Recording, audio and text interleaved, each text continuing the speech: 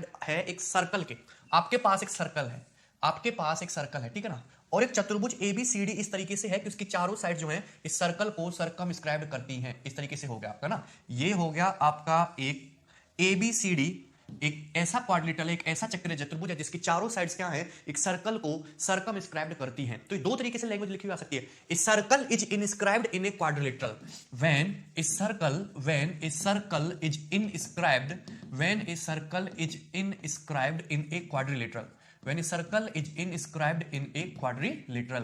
Clear है? जब एक सर्कल एक चतुर्भुज के अंदर इनस्क्राइब्ड है, या फिर एक quadrilateral is circumscribed about a circle, कैसे बोल सकते हैं? तो आपकी दो थ्योरी होती हैं, दो रिजल्ट हैं जो आपको याद करनी चाहिए। पहला फर्स्ट रिजल्ट क्या है कि जब भी कोई सर्कल एक क्वाड्रिलेटरल के अंदर इनस्क्राइब्ड होगा, मतलब इस क्वाड्रिलेटरल की चारों साइड्स सर्कल को टच करेंगी, तो आमने सामने की जो साइड है, आमने सामने की जो साइड है उनका सम बराबर हो, आमने सामने की साइड के सम बराबर होगा। AB प्लस CD बराबर होगा आपका BC प्लस AD के, AB प्लस CD बराबर होगा BC प्लस AD के, AB प्लस CD बराबर होगा, AB प्लस CD बराबर होगा BC प्लस AD के। ये हो गया आपका पहला रिजल्ट। दूसरी बात, सपोज मैं सर्कल का सेंटर मान लेता हूं O, सपोज हमने सर्कल का सेंटर मान लिया O, हमने A से O को मिलाया, हमने O से B को मिलाया, हमने D से O को मिलाया, हमने O से C को मिलाया, इस तरीके से मिला दिया हमने। तो आपके चार एंगल्स बनते हुए दिखाई देते हैं, आपके चार एंगल्स बनते हुए दिखाई देते हैं। इसमें आमने सामने के जो एंगल हैं, that means angle AOB, angle AOB और एंगल COD, इनका जो सम है हमेशा कांस्टेंट यानी कि 180 डिग्री होता है। सिमिलरली यदि हम एंगल BOC और एंगल AOD के सम की बात करें, angle BOC plus angle AOD के सम की बात करें, तो ये सम भी आपका 180 डिग्री होगा। क्लियर? ये बात आपको पता होनी चाहिए। एसएससी में इस पैटर्न पे सवाल पूछ लिया, इस पे नहीं पूछा, इस पे सवाल बन सकता है। ठीक है, चलिए आगे बढ़ेंगे। अब देखेंगे इस पे, सपोज ये चीज आई कहां से। सपोज एक सर्कल है, तो ये हो गया आपका सर्कल, और एक क्वाड्रिलेटरल जो है सर्कल को सरकमस्क्राइब करता है इस तरीके से, ये हो जाएगा आपका एक क्वाड्रिलेटरल। ठीक है, चलिए क्वाड्रिलेटरल है आपका ABCD चतुर्भुज। आप सभी लोगों को पता है कि सर्कल के बाहर से खींची गई स्पर्श रेखाएं बराबर होती हैं। सर्कल के बाहर से ये टेंजेंट भी, यदि मैं नाम दे दूं टेंजेंशियल पॉइंट के PQRS, तो सर्कल के बाहर से ये टेंजेंट APX और ये AQX बराबर होगा। सर्कल के बाहर पॉइंट B से टेंजेंट BRY और टेंजेंट BQ, ये भी Y होगा। सर्कल के बाहर पॉइंट C से टेंजेंट ये Z, तो ये भी Z होगा। सर्कल के बाहर पॉइंट D से ये टेंजेंट W और ये टेंजेंट W, ये भी W होगा। ठीक है, यदि हम इस क्वाड्रिलेटरल के आमने सामने की साइड के सम की बात करें, AB प्लस CD, तो AB प्लस CD कितना है भाई? X plus Y plus Z plus W, यही है। सिमिलरली यदि हम आमने सामने की साइड BC और AD के सम की बात करें, यानी कि BC प्लस AD, ये कितना हो जाएगा? ये भी आएगा आपका X plus Y plus Z plus W, ये भी यही आएगा। यानी कि आमने सामने की साइड का जो सम है वो बराबर होगा AB प्लस CD इक्वल होगा BC प्लस AD के। This is the theorem. ठीक है, इस पे तो बहुत आसान से सवाल बन सकते हैं। ठीक है, आगे बढ़ेंगे और नेक्स्ट जो मैंने आपको रिजल्ट बताया उसको देखेंगे। ठीक है, चलिए सपोज आपके पास एक ये सर्कल है, और इस सर्कल के अबाउट एक आपका क्वाड्रिलेटरल सरकमस्क्राइब्ड है, इस तरीके से हो जाएगा वो क्वाड्रिलेटरल।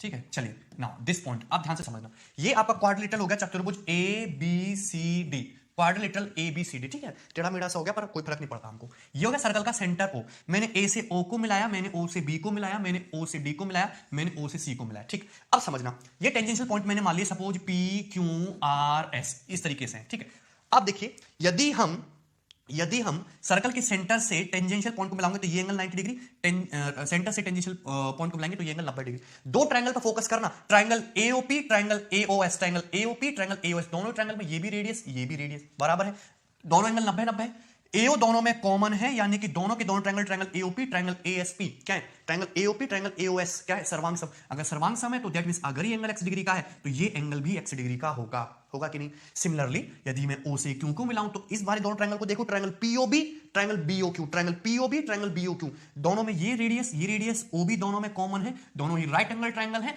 RHS की प्रॉपर्टी से दोनों ट्रायंगल सर्वांग सम, यानी कि ये एंगल y डिग्री तो ये एंगल भी y डिग्री का होगा। क्लियर है? सिंपल सी बातें हैं। सिमिलरली यदि हम पॉइंट R से O को मिलाएं तो ऊपर ये एंगल यदि Z का है तो ये एंगल भी Z का होगा, सिमिलर ट्रायंगल बन जाएंगे, कॉन्ग्रुएंट ट्रायंगल। अगर ये एंगल W का है तो ये एंगल भी W डिग्री का होगा। क्लियर है? कोई डाउट इसमें? अगर आप ध्यान से देखो तो ये पूरा जो है पूरा कॉम्बिनेशन, पूरा कंप्लीट पार्ट कितने का होगा? 360। 2x plus 2y plus 2z plus 2w 360। तो यहां से x plus y plus z plus w कितना हो जाएगा आपका? 180 डिग्री होगा कि नहीं? और x प्लस वाई की बात करो तो angle AOB, W plus Z की बात करो तो एंगल COD, यानी कि angle AOB plus angle COD सम कितना आएगा आपका 180 डिग्री। सिंपल सी बात। सिमिलरली यदि हम x प्लस W और y प्लस जेड की बात करें तो angle BOC plus angle AOD सम कितना आएगा, ये भी आपका 180 डिग्री होगा। सिंपल सी बात है, ठीक है। इस पे क्वेश्चन आपका बन सकता है, ठीक है। चलिए आगे बढ़ेंगे। ओके चलिए आप देखेंगे इंपॉर्टेंट, वेरी इंपॉर्टेंट, और एसएससी सीजीएल में इस पे सवाल भी पूछा गया है, डायरेक्ट थ्योरम भी पूछी गई है और इस पे बेस्ड न्यूमेरिकल वैल्यू देके क्वेश्चन भी बना है, आपको पता होना चाहिए। जैसे अगर सपोज आपके पास एक सर्कल है, ठीक है ना, और हमने सर्कल के अंदर एक ट्रायंगल इंस्क्राइब्ड किया इस तरीके से, एक ट्रायंगल इंस्क्राइब्ड किया ABC, ट्रायंगल इंस्क्राइब्ड किया इस तरीके से ABC, ठीक है। कोई डाउट इसमें? चलिए ये क्या है, सर्कल ट्रायंगल ABC का सर्कम सर्कल है, परिव्रत। हमने एंगल A का बाइसेक्टर खींचा, ये खींचा हमने एंगल A का बाइसेक्टर, जो साइड BC को जाके मिलता है पॉइंट D पे, और इसको आगे बढ़ाया जो जाके सर्कम सर्कल को मिलता है पॉइंट E पे, जाके सर्कम सर्कल को मिलता है पॉइंट E पे। तो थ्योरम कहती है कि जिस एंगल का हमने बाइसेक्टर खींचा है उस एंगल को बनाने वाली साइड का प्रोडक्ट AB गुणा AC plus complete AE into shorter part, ये जो छोटू दिख रहा है ना, छोटू डीई, इनका जो सम होगा वो बराबर होगा कंप्लीट लेंथ AE के स्क्वायर के। ये थ्योरम है जो कि आपको याद रखनी है। AB into AC plus AE into DE बराबर होगा कंप्लीट AE स्क्वायर के, ठीक है। क्लियर, सिंपल सी बात। ये आया कहां से वो भी हम आपको समझाएंगे। सपोज हमने ये E से C को मिला दिया, ठीक है। चलिए अब देखना, पहली बात तो अगर ये लाइन तुम्हारी एंगल बाइसेक्टर है तो ये एंगल भी थीटा, एंगल तो इक्वल हो जाएगा बाइसेक्टर। सर्कल के आर्क, यदि हम AC की बात करें तो इस आर्क AC द्वारा सरकमफेरेंस पे ये एंगल अल्फा, तो सरकमफेरेंस पे ये एंगल भी कितना हो जाएगा तुम्हारा अल्फा, ये एंगल अल्फा तो ये एंगल भी अल्फा हो गया। क्लियर है ना? अब सुनना बात ध्यान से, हमारे पास दो ट्रायंगल है, दो ट्रायंगल सिमिलर बन गए, बताओ कौन कौन से? ट्रायंगल ADB, ट्रायंगल AEC, दो ट्रायंगल सिमिलर है। कैसे? दोनों ट्रायंगल में एंगल थीटा, ये एंगल अल्फा, तो जो तीसरा एंगल होगा दोनों ट्रायंगल का वो ऑटोमेटिकली इक्वल हो जाएगा। अगर सिमिलर है तो कॉरेस्पॉन्डिंग साइड का रेशियो बराबर होना चाहिए। देखो इस BDDC से हमें कोई मतलब नहीं है। एंगल अल्फा के सामने इसमें क्या साइड आ रही है आपकी AD, इस वाले ट्रायंगल में अल्फा के सामने क्या साइड है AC बराबर, इस वाले ट्रायंगल में इस ग्रीन एंगल के सामने क्या है साइड AB, और इस वाले ट्रायंगल में इस ग्रीन एंगल के सामने क्या है साइड AE, ये बराबर होगा। तो आपको याद रखना कि सवाल सिर्फ इतना भी बन सकता है कि इन दोनों ट्रायंगल में सिमिलरिटी पे वो क्वेश्चन पूछ ले, ठीक है ना। तो सिमिलर ट्रायंगल बनते हैं, आप इस तरीके से कॉम्बिनेशन बना सकते हैं। अगर ध्यान से देखें यहां पे तो आपका रिजल्ट निकल के आएगा AD इंटू AE बराबर इसके AB इंटू AC के, ये निकल के आएगा। ये आपकी एक इक्वेशन आ जाएगी, इस पे सवाल बन सकता है, ठीक है। चलिए बट AB गुणा AC तो ये रहा, AB गुणा AC की वैल्यू मैंने कितनी निकाली AD इंटू AE। अगर मैं यहां पे चिपका दूं AB गुणा AC की जगह क्या रख दूं मैं AD गुणा AE, और उधर क्या चल रहा है आपका AE इंटू DE, यही बात है, बोलो सही है। अगर मैं यहां से दोनों से AE कॉमन ले लूं तो AE कॉमन आ जाएगा बड़े प्यार से, ब्रैकेट में क्या बचेगा AD plus DE, now AD ये है DE ये है, तो कंप्लीट लेंथ AD और DE जोड़ के क्या हो गया AE, तो ये हो गया आपका AE इंटू AE यानी कि AE स्क्वायर, और यही आपको निकालना था। क्लियर है? AB गुणा AC plus AE into DE किसके इक्वल आ जाएगा आपका AE स्क्वायर के। क्लियर, सिंपल सी बात, बहुत आसान रिजल्ट है। आगे बढ़ेंगे और नेक्स्ट और इंपॉर्टेंट बात जानेंगे, बहुत इंपॉर्टेंट बात है, पेपर में सवाल आते ही आते हैं, जो मैं आपको थ्योरीज बताने वाला हूं उन पे। सपोज आपका एक सर्कल है और सर्कल की हमने खींची है दो कॉर्ड खींची है, एक कॉर्ड हो गई ये इस तरीके से, एक कॉर्ड हो गई इस तरीके से, दो कॉर्ड हैं आपकी AB और CD जो एक दूसरे को पॉइंट P पे इंटरसेक्ट करती हैं। ये हो गया पॉइंट P, दोनों कॉर्ड का इंटरसेक्शन पॉइंट है पॉइंट P। तो कॉर्ड की थ्योरम होती है कि यदि हम कॉर्ड AB की बात करें तो ये इंटरसेक्शन पॉइंट P से जो दोनों आपके एंड पॉइंट्स हैं उनकी दूरियों के प्रोडक्ट PA गुणा PB बराबर हो जाएगा। जब हम कॉर्ड CD की बात करें तो इंटरसेक्शन पॉइंट P है, PC से दोनों पॉइंट जो एंड पॉइंट्स उनके प्रोडक्ट PC गुणा PD बराबर होगा PA गुणा PB बराबर होगा PC गुणा PD के, PA इंटू PB इक्वल होगा PC इंटू PD के। ये थ्योरी है जो आपको पता होनी चाहिए। क्लियर है? चलिए ये आया कैसे ये भी हम आपको बता देते हैं। यदि हम A से C को मिला दें और B से D को मिला दें, मिला सकते हैं, कोई अपना ही राजा मिला दो। अगर इस तरीके से मिला दें तो सर्कल के आर्क BC द्वारा सरकमफ्रेंस पे यदि ये एंगल थीटा तो ये एंगल भी थीटा ही होगा, ये बात सभी को पता है। ये दोनों वर्टिकली अपोजिट एंगल है तो अल्फा अल्फा इक्वल होंगे, थर्ड एंगल ऑटोमेटिकली इक्वल। दोनों ट्रायंगल सिमिलर, तो सिमिलर है तो कॉरेस्पॉन्डिंग साइड का रेशियो बराबर। अगर कॉरेस्पॉन्डिंग साइड का रेशियो बराबर है तो इस एंगल के सामने क्या है आपका PA, सेम इसी एंगल के सामने यहां पे क्या है PD, ठीक है। ये एंगल थीटा के सामने क्या है यहाँ पे PC, थीटा के सामने क्या है आपका PC, यहाँ पे क्या है आपका थीटा के सामने क्या है आपका PB। ये होना चाहिए रेशियो बराबर होगा। दैट मींस कहने का मतलब क्या है PA इंटू PB बराबर होगा PC इंटू PD के, PA इंटू PB बराबर होगा PC इंटू PD के। क्यों? क्योंकि ये दोनों ट्रायंगल क्या बन जाएंगे आपस में सिमिलर। ये दोनों ट्रायंगल क्या बन जाएंगे, आपस में सिमिलर हो जाएंगे, समरूप। ठीक, चलिए आगे बढ़ेंगे। ओके, दूसरी बात, और वेरी वेरी इंपॉर्टेंट, बहुत आसान भी है और जरूरी भी है अगर आपको सवाल जल्दी सॉल्व करने हैं तो। सपोज आपका एक सर्कल है, हमने एक सर्कल ड्रॉ किया, इस तरीके से सर्कल हो गया, और ये हो गया सर्कल का सेंटर ओ। सर्कल का सेंटर ओ, ध्यान से सुनना, हमने सर्कल की दो कॉर्ड खींची, दो जीवाएं ए बी और सी डी। तो ये होगी दो सर्कल की कॉर्ड, ये कॉर्ड ए बी और दूसरी कॉर्ड होगी सर्कल की इस तरीके से सी डी, जो एक दूसरे को पॉइंट पी पे काटती हैं और काटती भी बड़े मजे के साथ हैं इस तरीके से कि ये एंगल 90 डिग्री है। This angle is 90, this angle is 90। यदि मैं ए से सी तक, ये जो डिस्टेंस है ए से सी तक, इसको मानते हैं सपोज हम एक्स, और बी से डी तक, ये हमने बी से डी को मिलाया, बी से डी, और बी से डी तक मानते हैं हम वाई, बी डी को क्या मानते हैं वाई।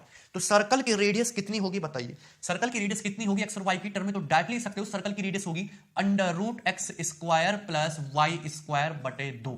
सर्कल की रेडियस होगी under root X square plus Y square by 2। Important result है, याद रखना है, under root X square plus Y square बटे 2।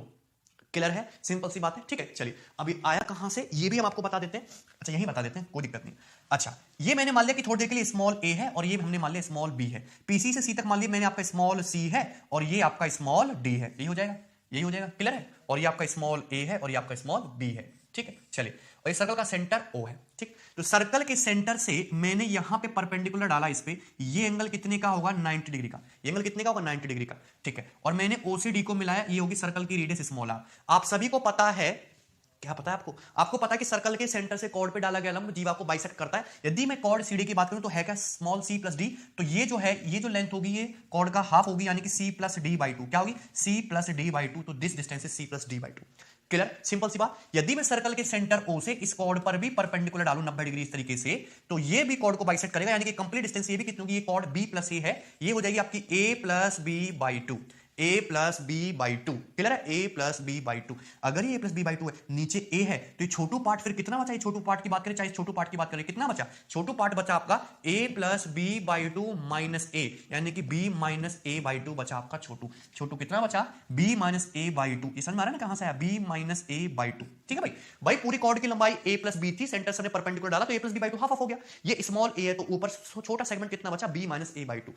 ये एंगल है 90 है, ये डिस्टेंस पता है, डिस्टेंस पता है, आर पाइथागोरस जिंदाबाद। तो अब पाइथागोरस थ्योरम लगाएंगे, तो पाइथागोरस थ्योरम से आर स्क्वायर बराबर किसके आएगा, B minus A whole square by 4 और ये प्लस सी प्लस डी का होल स्क्वायर बाई 4, ये आएगा आपका आर स्क्वायर। ठीक है ना, तो यहां से आर स्क्वायर बराबर ये हो जाएगा A square plus B square minus 2ab, और ये हो जाएगा आपका C square plus D square plus 2cd और बटे 4 बटे 4, ये हो जाएगा आपका। क्लियर है ना, स्मॉल आर स्क्वायर बराबर, अगर आप देखोगे तो ये आपका माइनस 2ab से 2cd कैंसिल आउट हो गया, क्योंकि दोनों सर्कल की कॉर्ड एक दूसरे को पी पे काटती है। अभी थ्योरम बताई थी कि जो कॉर्ड के जो लेंथ सेगमेंट बनेंगे उनका क्रॉस प्रोडक्ट बराबर होगा, यानी कि ए बी बराबर होना चाहिए सी डी के, ए इंटू बी बराबर सी इंटू डी, खत्म। तो आर स्क्वायर बराबर किसके आ गया, आर स्क्वायर बराबर आ गया A square plus B square plus C square plus D square बटे 4 के, ये आर स्क्वायर हो गया। दोनों तरफ से अंडर रूट ले लोगे तो आर किसके बराबर हो जाएगा, under root A square plus B square plus C square plus D square बटे 2, ये हो जाएगा आपका स्मॉल आर की value under root A square plus B square plus C square बटे 2। चाहे तो आप इस फॉर्मूले को डायरेक्टली भी याद रख सकते हो, under root A square plus B square plus C square plus D square बटे 2। पेपर में एसएससी में सवाल पूछा गया है, पर वो न्यूमेरिकल वैल्यू देके पूछा गया था, फॉर्मूला भी डायरेक्ट पूछा जा सकता है। चलिए अगर ध्यान से देखो तो यहां पे ये स्मॉल ए है, ये स्मॉल सी है, तो ए स्क्वायर प्लस सी स्क्वायर मिलकर क्या बना देगा आपका एक्स स्क्वायर, ये बी है, ये डी है, B square plus D square मिलकर क्या बना देगा Y square. That means this result equal हो जाएगा आपका under root X square plus Y square by 2, under root X square plus Y square by 2। Clear, simple सी बात। चलिए आगे बढ़ेंगे और नेक्स्ट और वेरी इंपॉर्टेंट रिजल्ट देखेंगे ध्यान से। ओके, नेक्स्ट इंपॉर्टेंट प्रॉपर्टी देखेंगे ध्यान से। सपोज एक सर्कल है, ये सर्कल हो गया वृत्त, और सर्कल की दो सीकेंट लाइन है छेदक रेखा, छेदक रेखा जानते हैं आप, इस तरीके से जो सर्कल के दिल को छेदती हुई जाती है ना। चलिए इस तरीके से सर्कल की दो सीकेंट लाइन है जो बाहर सर्कल के बिंदु P पर मिलती है, और ये हो गई सर्कल की दो सीकेंट लाइन PAB, एक PAB और दूसरी होगी PCD। दोनों सीकेंट लाइन एक दूसरे को बिंदु P पर मिलती हैं, छेदक रेखाएं हैं। तो रिजल्ट क्या कहता है, रिजल्ट कहता है कि सीकेंट लाइन एक दूसरे को बिंदु P पे मिलती है, बिंदु P इंटरसेक्शन पॉइंट है। बिंदु P से यदि मैं सीकेंट लाइन PAB की बात करूं, P से A की दूरी दैट मींस PA, P से B की दूरी दैट मींस PB, PA गुणा PB बराबर होना चाहिए पॉइंट P से C की दूरी दैट मींस PC, और पॉइंट P से D की दूरी दैट मींस PD, ये बराबर होगा PA गुणा PB बराबर होगा PC गुणा PD के। क्लियर, ये सिंपल सी बात है, ठीक है ना। अच्छा ये आया कहां से, ये भी हम आपको बता देते हैं। यदि मैं B से C को मिला दूं, इस तरीके से मिला सकते हैं, और A से D को मिला दूं, ये इस तरीके से मिला सकते हैं, कोई समस्या इसमें। अगर आप देखो तो दोनों ट्रायंगल एक दूसरे को यहां पे आपको दो ट्रायंगल दिखाई दे रहे हैं, दो ट्रायंगल दिखाई दे रहे हैं। कौन सा? Triangle PBC, triangle PAD, triangle PBC, triangle PAD. दोनों ही ट्रायंगल में ये वाला एंगल कॉमन, ये वाला एंगल कॉमन, और सर्कल के आर्क एसी द्वारा सर्कमफ्रेंस पे ये एंगल थीटा, तो ये एंगल भी थीटा। तो दोनों ही ट्रायंगल में जो तीसरा एंगल होगा वो ऑटोमेटिकली इक्वल होगा, यानी कि ये एंगल बराबर होगा आपका इस एंगल के, होगा। यही बात है, ठीक है। दो ट्रायंगल दिख रहे हैं, triangle PBC, triangle PAD similar है। अगर सिमिलर है तो कॉरेस्पॉन्डिंग साइड का रेशियो भी बराबर होना चाहिए। इस एंगल में थीटा के सामने पीसी और यहां पे थीटा के सामने कितना है? पीए। क्लियर? बराबर होगा थीटा के सामने, इस एंगल थीटा के सामने ये, अच्छा इस एंगल के सामने क्या है? यहाँ पे पीबी कितना है? पीबी। सेम टू सेम दूसरे ट्रायंगल में उसी एंगल के सामने यहाँ पे क्या है? आप दूसरे ट्रायंगल में उसी एंगल के सामने क्या है? आपका पीडी। इक्वल हो जाएगा। कुल मिला के कहने का मतलब है पीए इंटू पीबी बराबर होगा पीसी इंटू पीडी के, सीक्रेट लाइन। ठीक है, इनके प्रूफ ऐसे कोई बहुत ज्यादा जरूरत नहीं है ना, तो हमको कहीं प्रूफ एग्जाम में पूछे जाएंगे, पर फिर भी आपको पता होना चाहिए कि चीज आई कहां से, एक एक लाइन की चीजें हैं ये। ठीक, नेक्स्ट और very important, most important exam में सवाल जरूर बनता है इस पे। सपोज आपके पास एक सर्कल है, ये हो गया सर्कल, सर्कल के बाहर कहीं कोई पॉइंट पी है, उस पॉइंट पी से मैंने सर्कल की टेंजेंट लाइन खींची, सॉरी सीकेंट लाइन खींची पीएबी। पीएबी क्या है? सर्कल की एक छेदक रेखा, और एक टेंजेंट लाइन खींची हमने सर्कल की पीटी। पीटी है सर्कल की स्पर्श रेखा, स्पर्श रेखा। तो रिजल्ट होता है कि पीटी स्क्वायर बराबर किसके होगा? पीए इंटू पीबी के। पीटी स्क्वायर किसके बराबर होगा? पीए इंटू पीबी के। क्लियर? और ये आया कहां से? इंपॉर्टेंट है, आसान है। मैंने अभी आपको बताया कि सीकेंट लाइन की प्रॉपर्टी होती है कि दो सीकेंट एक दूसरे को काटे तो पीए गुणा पीबी बराबर होगा पीसी गुणा पीडी। ये बताया। तो पीए गुणा पीबी तो अपनी इज्जत के साथ दिख रहा है, पर पीसी और पीडी ने इज्जत खराब कर दी। कैसे? क्योंकि जो तुम्हारी सीकेंट लाइन थी, ये सर्कल को दोनों बार एक ही पॉइंट पे काट रही है, टी पे। तो पीसी गुणा पीडी की जगह क्या हो जाएगा? जस्ट पीटी गुणा पीटी हो जाएगा। पीटी स्क्वायर पीए गुणा पीबी क्या हो जाएगा? PT square. बात खत्म। अच्छा, अगर नहीं समझ में आया तो ऐसे देख लेते हैं कि यदि हम टी से बी को मिला दें, हमने टी से बी को मिला दिया, ऐसे मिला सकते हैं, और हमने टी से ए को मिला दिया, ये मिला दिया, देख सकते हैं। चलिए, अगर सपोज ये एंगल आपका थीटा है तो ये एंगल भी थीटा होगा, होगा भाई। ये तुम्हारी टेंजेंट है, तुम्हारी कॉर्ड है, टेंजेंट कॉर्ड के बीच में ये एंगल थीटा, तो ये एंगल भी थीटा। ठीक है, और ये वाला एंगल, हम दो ट्रायंगल की बात कर रहे हैं, दो ट्रायंगल की, ट्रायंगल एपीटी, त्रिभुज एपीटी, त्रिभुज एपीटी और त्रिभुज पीटीबी, त्रिभुज पीटीबी, दोनों ही ट्रायंगल में ये वाला एंगल कॉमन, ये एंगल थीटा, ये एंगल थीटा, तो तीसरा एंगल जो होगा वो ऑटोमेटिकली इक्वल होगा दोनों ट्रायंगल में। तीसरा एंगल ऑटोमेटिकली इक्वल होगा दोनों ट्रायंगल में। ट्रायंगल पीएटी, ट्रायंगल पीटीबी, ये एंगल थीटा, ये एंगल थीटा, ये वाला एंगल दोनों में कॉमन, तो तीसरा एंगल ऑटोमेटिकली इक्वल होगा, यानी कि दोनों ट्रायंगल क्या होंगे? सिमिलर। और यदि दोनों ट्रायंगल सिमिलर है तो कॉरेस्पॉन्डिंग साइड का रेशियो बराबर। तो छोटे वाले ट्रायंगल में इस एंगल के सामने क्या है? आपका पीटी। बड़े वाले ट्रायंगल में सेम उसी एंगल के सामने क्या है? आपका पीबी। क्लियर? छोटे वाले एंगल में इस एंगल थीटा के सामने क्या है? पीए, और बड़े वाले ट्रायंगल उसी एंगल थीटा के सामने क्या है? पीटी। बराबर होना चाहिए। दैट मींस पीटी का स्क्वायर बराबर हो जाएगा पीटी गुणा पीटी, पीटी स्क्वायर बराबर होगा पीए इंटू पीबी के कैंची की गुणा कर देंगे, पीटी स्क्वायर बराबर पीए इंटू पीबी। ये बहुत इंपॉर्टेंट थ्योरम है, पेपर में से डायरेक्टली सवाल बनता है, प्री के पेपर में भी और मेंस के पेपर में। तो ये थे सर्कल से रिलेटेड जो बेसिक बेसिक से कंसेप्ट है, जो आपको पता होने चाहिए और आपको आते भी होंगे। अब हम इन पे करेंगे क्वेश्चंस, टेंजेंट लाइन पे क्वेश्चंस। ओके, क्वेश्चन नंबर 1, कुछ करने की जरूरत नहीं, आंसर 1:1। ठीक है, ध्यान से देखो। In the given figure tangents TQ and TP are drawn to the larger circle, इसका सेंटर है O, and tangents TP and TR are drawn to the smaller circle, जिसका सेंटर है O डैश। उससे कोई फर्क नहीं पड़ता, छोटे सर्कल का सेंटर दिया हुआ। आपसे TQ से TR का रेशियो पूछा है। सभी लोगों को पता होना चाहिए, जैसे कोई सर्कल है, सर्कल के बाहर कोई बिंदु P है, तो पॉइंट P से सर्कल पे यदि हम टेंजेंट खींचेंगे, स्पर्श रेखा है, तो दोनों टेंजेंट की लंबाई बराबर होगी, यानी कि टेंजेंट P है टेंजेंट PB के बराबर होगा। यहां पे सर्कल है, सर्कल के बाहर पॉइंट T है, पॉइंट T से बड़े सर्कल की टेंजेंट TQ और TP की लंबाई बराबर होगी, TQ बराबर TP। बड़े सर्कल को भूल जाओ, छोटे सर्कल को देखो। छोटे सर्कल के बाहर पॉइंट T है, पॉइंट T से टेंजेंट TP और TR इक्वल होगा, तीनों आपस में इक्वल हो गया। आपसे पूछा है TQ और TR का रेशियो, TQ और TR की लंबाई बराबर है, रेशियो कितना आएगा? 1:1। सिंपल। ठीक, नेक्स्ट क्वेश्चन नंबर 2। इन दी एडजॉइनिंग फिगर, देखो ये है, सीधा रिजल्ट देखा करो और ये देखा करो डायग्राम। सर्कल के फिगर में ज्यादा इंपॉर्टेंट होता है डायग्राम क्वेश्चंस में। आपको 4 सर्कल दिखाए गए, 1 2 3 4, और इस तरीके से सबकी डायरेक्ट कॉमन टेंजेंट यहां पे खींची गई है। आपसे पूछा है, क्या पूछा है इसमें? Which one of the following is true, निम्न में से कौन सा ऑप्शन ट्रू है? अब यदि हम one by one option by option देखें, तो पहला ऑप्शन दे रखा है PC plus CT, PC plus CT, ये रहा point P, PC plus CT, ये रहा PC प्लस CT। अब ध्यान से देखना, PC मतलब ये डिस्टेंस, CT मतलब ये डिस्टेंस, PC प्लस CT। ठीक है, बराबर PD प्लस DT, PD का मतलब ये और DT का मतलब ये, PD प्लस DT क्या बराबर है? बड़े वाले सर्कल को ध्यान से देखो, सर्कल के बाहर से खींची गई स्पर्श रेखाएं बराबर होती हैं। जो लेंथ CP की होगी वही लेंथ CA की होगी, जो लेंथ CP की होगी वही लेंथ CA की होगी। सर्कल के बाहर से खींची गई स्पर्श रेखा बराबर होती है, CP और CA की लंबाई बराबर होगी। तो इस PC को खिसका के मैं ये नहीं लिख सकता CA, PC को खिसका के मैं CA लिख सकता हूं, CA plus CT, CA plus CT क्या बन जाएगा? कंप्लीट बिग टेंजेंट यानी कि TA। खत्म। नीचे क्या लिखा हुआ है, नीचे लिखा हुआ बीडी प्लस डीटी। अब ये तुम्हारा पीडी है, सर्कल के बाहर से खींची किस पर से रेखा बराबर होती है, बाहर से टेंजेंट पीडी, बाहर से टेंजेंट बीडी बराबर होगा जो लेंथ पीडी की वही लेंथ बीडी की, पीडी को हटा दो, बीडी, बीडी प्लस डीटी किसके बराबर हो गया आपका, टीबी के। सर्कल के बाहर से खींची किस पर से रेखा बराबर होती है, जो लेंथ टीए की है वही लेंथ टीबी की है। पहला ऑप्शन एकदम ट्रू है, पहला ऑप्शन एकदम ट्रू है, कोई दिक्कत वाली बात नहीं है। अब देखो second option, second option RG plus GT, ये रहा छोटू distance RG plus GT, GT मतलब ये बराबर आरएच, आरएच मतलब ये और एचटी मतलब ये भी ट्रू है। सेम टू सेम पिक्चर है, जो पिक्चर मैंने आपको बड़े सर्कल के लिए बताई वो इस छोटे सर्कल के लिए लग रही है और कोई फर्क नहीं है। जो पिक्चर मैंने आपको बड़े सर्कल के लिए बताई सेम टू सेम सर्कल आपकी इस छोटे वाले सर्कल के लिए लग रही है। आरजी प्लस जीटी बराबर होगा आरएच प्लस एचटी के, कोई फर्क नहीं है दोनों बातों में, दोनों बातें एकदम सेम है। थर्ड स्टेटमेंट देखते हैं, पीसी प्लस क्यूई की लंबाई सीई के बराबर। देखते हैं पीसी प्लस क्यूई, ये क्या है, पी से सी, ये कांटा डिस्टेंस होगी पीसी, पीसी प्लस क्यूई, ध्यान से देखना।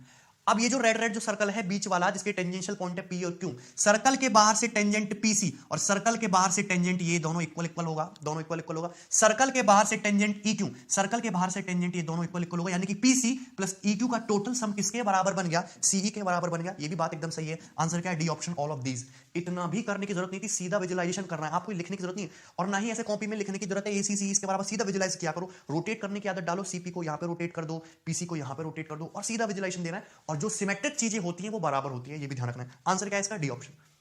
Question number 3, in the given figure AD AE and BC are tangents, then एक सर्कल है, सर्कल के बाहर से आपकी ये एक दो टेंजेंट, दो स्पर्श रेखाएं खींची गई है, स्पर्श रेखा एई, स्पर्श रेखा एडी। आपसे पूछा है निम्न में से कौन सा ऑप्शन ट्रू है। अगर देखोगे तो यहां पे ये जो चीज लिखी हुई आपकी आरएचएस में राइट हैंड साइड में इक्वल है, A B plus B C plus C A. अच्छा, A B plus B C plus C actually है क्या, A B plus B C plus C है ट्राइंगल एबीसी का पेरीमीटर, त्रिभुज ABC का परिमाप यानी कि तीनों भुजाओं का सम। तो पेपर में सवाल यह भी बन सकता है कि त्रिभुज एबीसी का परिमाप बराबर होगा निम्न चारों में से किस ऑप्शन के, A B plus B C plus C है क्या, ट्राइंगल का पेरीमीटर है। तो पेरीमीटर जो बराबर होगा हमेशा याद रखना है और मैं बताऊंगा अभी कि ट्राइंगल एबीसी का जो पेरीमीटर होगा, चाहे टेंजेंट एडी ले लीजिए चाहे टेंजेंट एई ले लीजिए, एक ही बात है, टेंजेंट एडी का डबल यानी कि बी ऑप्शन के, यानी कि किसके, बी ऑप्शन के। क्लियर, सिंपल सी बात। आया कहां से ये समझिए।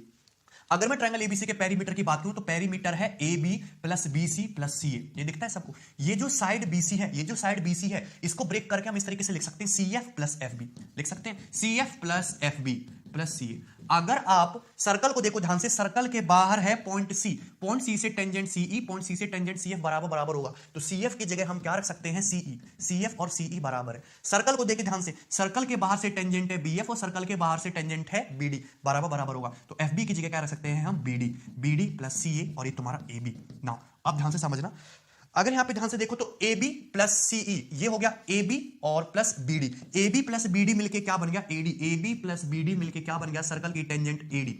CE plus CA, CE plus CA मिलके क्या बन गया, सर्कल की tangent AE, AD plus AE आ गया। सर्कल के बाहर पॉइंट ए से टेंजेंट चाहे एई ले लीजिए चाहे एडी ले लीजिए, दोनों की लेंथ बराबर होगी।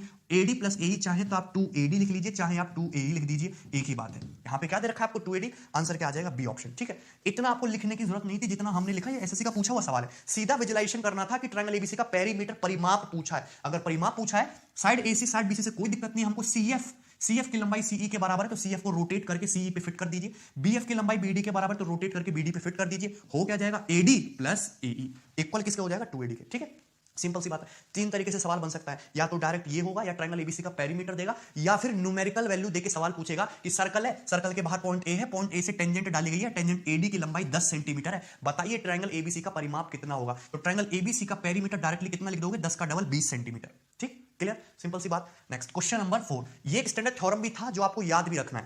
Question number 4, if circle in figure has radius 5 centimetre, आपके पास एक सर्कल दिखाया गया, सर्कल का सेंटर हो, सर्कल की रेडियस 5 सेंटीमीटर है, साइड पीएस की लंबाई 8 सेंटीमीटर है, तो ये पीएस कितना हो जाएगा आपका 8, ये कितना हो जाएगा 8। ठीक है, then perimeter of triangle PQR, त्रिभुज PQR का परिमाप कितना होगा। बहुत आसान सवाल है, अभी 2 मिनट पहले पिछला ही सवाल का रिजल्ट है। सर्कल के बाहर से टेंजेंट P सर्कल को इस पॉइंट पे स्पर्श करती है, यदि मैं इस पॉइंट से इसको मिलाऊंगा तो ये एंगल कितने का हो जाएगा, 90 डिग्री का। एंगल कितने का हो जाएगा, 90। सर्कल की रेडियस बोलिए 5 सेंटीमीटर, तो ये सर्कल की रेडियस 5, सर्कल की रेडियस ये बोलिए कितनी 5 सेंटीमीटर, तो सर्कल की रेडियस 5, ये 5 है, ये 13 हो गया, 8 + 5 13, कितना हो गया 8 + 5 13, ये 5, 90 डिग्री के सामने 13, ये 5, तो सर्कल की टेंजेंट की लंबाई कितनी आएगी, 12 सेंटीमीटर, 12 5 13 ट्रिपलेट होता है, ये 12 ये 5 ये 13। नाउ आपसे पूछा है ट्रायंगल PQR का पेरीमीटर, ये जो कांटा ट्रायंगल बना है ट्रायंगल PQR, इसका पेरीमीटर पूछा है, पेरीमीटर क्या होगा, टेंजेंट जो लाइन है उसका डबल होगा, 12 का डबल यानी कि 24। कितना होगा? 24। आंसर क्लियर है ना। पेरीमीटर जो होगा वो इसका टेंजेंट लाइन का डबल कितना होगा? 24। नेक्स्ट देखेंगे क्वेश्चन नंबर 5, ध्यान से समझना। इफ पीई बराबर 18 सेंटीमीटर एक सर्कल है, सर्कल के बाहर से खींचिए टेंजेंट। दो टेंजेंट खींच रहे हैं, पीए और पीबी। एक अनदर टेंजेंट खींचिए सीडी जो सर्कल को बिंदु ई पे टच करती है। इसमें बोला है पीई की लंबाई 18, तो साइड पीई की जो लंबाई है वो 18 है। सर्कल की रेडियस 7, तो सर्कल की रेडियस ये OA 7 है। ये एंगल 90 डिग्री का है। आपसे पूछा है क्या सीडी का मान क्या होगा, सीडी की लंबाई आपसे पूछिए। अच्छा, बहुत आसान सवाल है, ध्यान से समझना। अच्छा, अगर मैं O से E को देखूं तो ये टेंजेंट है, तो ये एंगल भी 90 डिग्री का होगा। ये क्या हो गया आपका 7, कितना हो गया आपका 7, सर्कल की रेडियस 7, 90 डिग्री के सामने 18 7 25, ये 7, तो टेंजेंट PA कितना हो जाएगा 24। टेंजेंट PA की लंबाई कितनी हो जाएगी 24। क्लियर। आपको यहां पे दो ट्रायंगल दिखाई दे रहे हैं, दोनों ट्रायंगल को ध्यान से देखना। कौन सा? Triangle PEC, triangle PAO, triangle PEC, triangle PAO। दोनों ही ट्रायंगल में ये एंगल 90 है, ये एंगल 90 है। दोनों ही ट्रायंगल में ये एंगल कॉमन, ये एंगल दोनों ट्रायंगल में कॉमन है, तो तीसरा एंगल ऑटोमेटिकली इक्वल होगा। तीसरा एंगल ऑटोमेटिकली इक्वल होगा। क्लियर। अगर इक्वल है तो यहां पे देख रहे हो एक सिमिलर ट्रायंगल बन रहा है, सिमिलर ट्रायंगल कॉम्बिनेशन बना, दो ट्रायंगल सिमिलर हो गए, ट्रायंगल PEC और ट्रायंगल POA। इस पे बहुत सारे सवाल बन सकते हैं। अगर सिमिलर है तो करस्पॉन्डिंग साइड का रेशियो बराबर होगा। इसमें छोटे वाले ट्रायंगल में इस एंगल के सामने क्या है? साइड CE जो आपको निकालनी है। बड़े वाले ट्रायंगल में उसके सामने क्या है? 7, इतना है 7। ठीक है। छोटे वाले ट्रायंगल में इस एंगल के सामने क्या है आपका 18। बड़े वाले ट्रायंगल में सेम उसी एंगल के सामने कितना है आपका 24। कितना है? 24। तो CE की जो लंबाई आ जाएगी वो कितनी आ जाएगी? 6 × 18, 6 × 24, 21/4। C की लंबाई कितनी आएगी? 21/4 सेंटीमीटर। आपसे चाहिए टेंजेंट CD की लंबाई। क्या चाहिए? टेंजेंट CD की लंबाई आपको चाहिए। दूसरी बात देखिए, ये है आपकी टेंजेंट CD। आपको पता है जो पिक्चर CE की है वही ED की है, जो पिक्चर कॉर्ड ये जो OP के ऊपर है वही OP के नीचे है। CE की लंबाई उतनी ही होगी जितनी ED की लंबाई होगी। दोनों एकदम कॉन्ग्रुएंट ट्रायंगल बनते हैं। ट्रायंगल POA, ट्रायंगल POB दोनों कॉन्ग्रुएंट बनते हैं। जो लेंथ CE की वही लेंथ ED की। तो CD जो हो जाएगा वो CE का डबल हो जाएगा, यानी कि 2 × 21/4 यानी कि 10.5 सेंटीमीटर। कितना? 10.5, 21/2। C option 10.5 centimetre. क्लियर। कोई डाउट इसमें? बहुत आसान इजी क्वेश्चन थे। चलिए आगे बढ़ेंगे। नेक्स्ट क्वेश्चन नंबर 6, बढ़िया सवाल, ध्यान से समझना।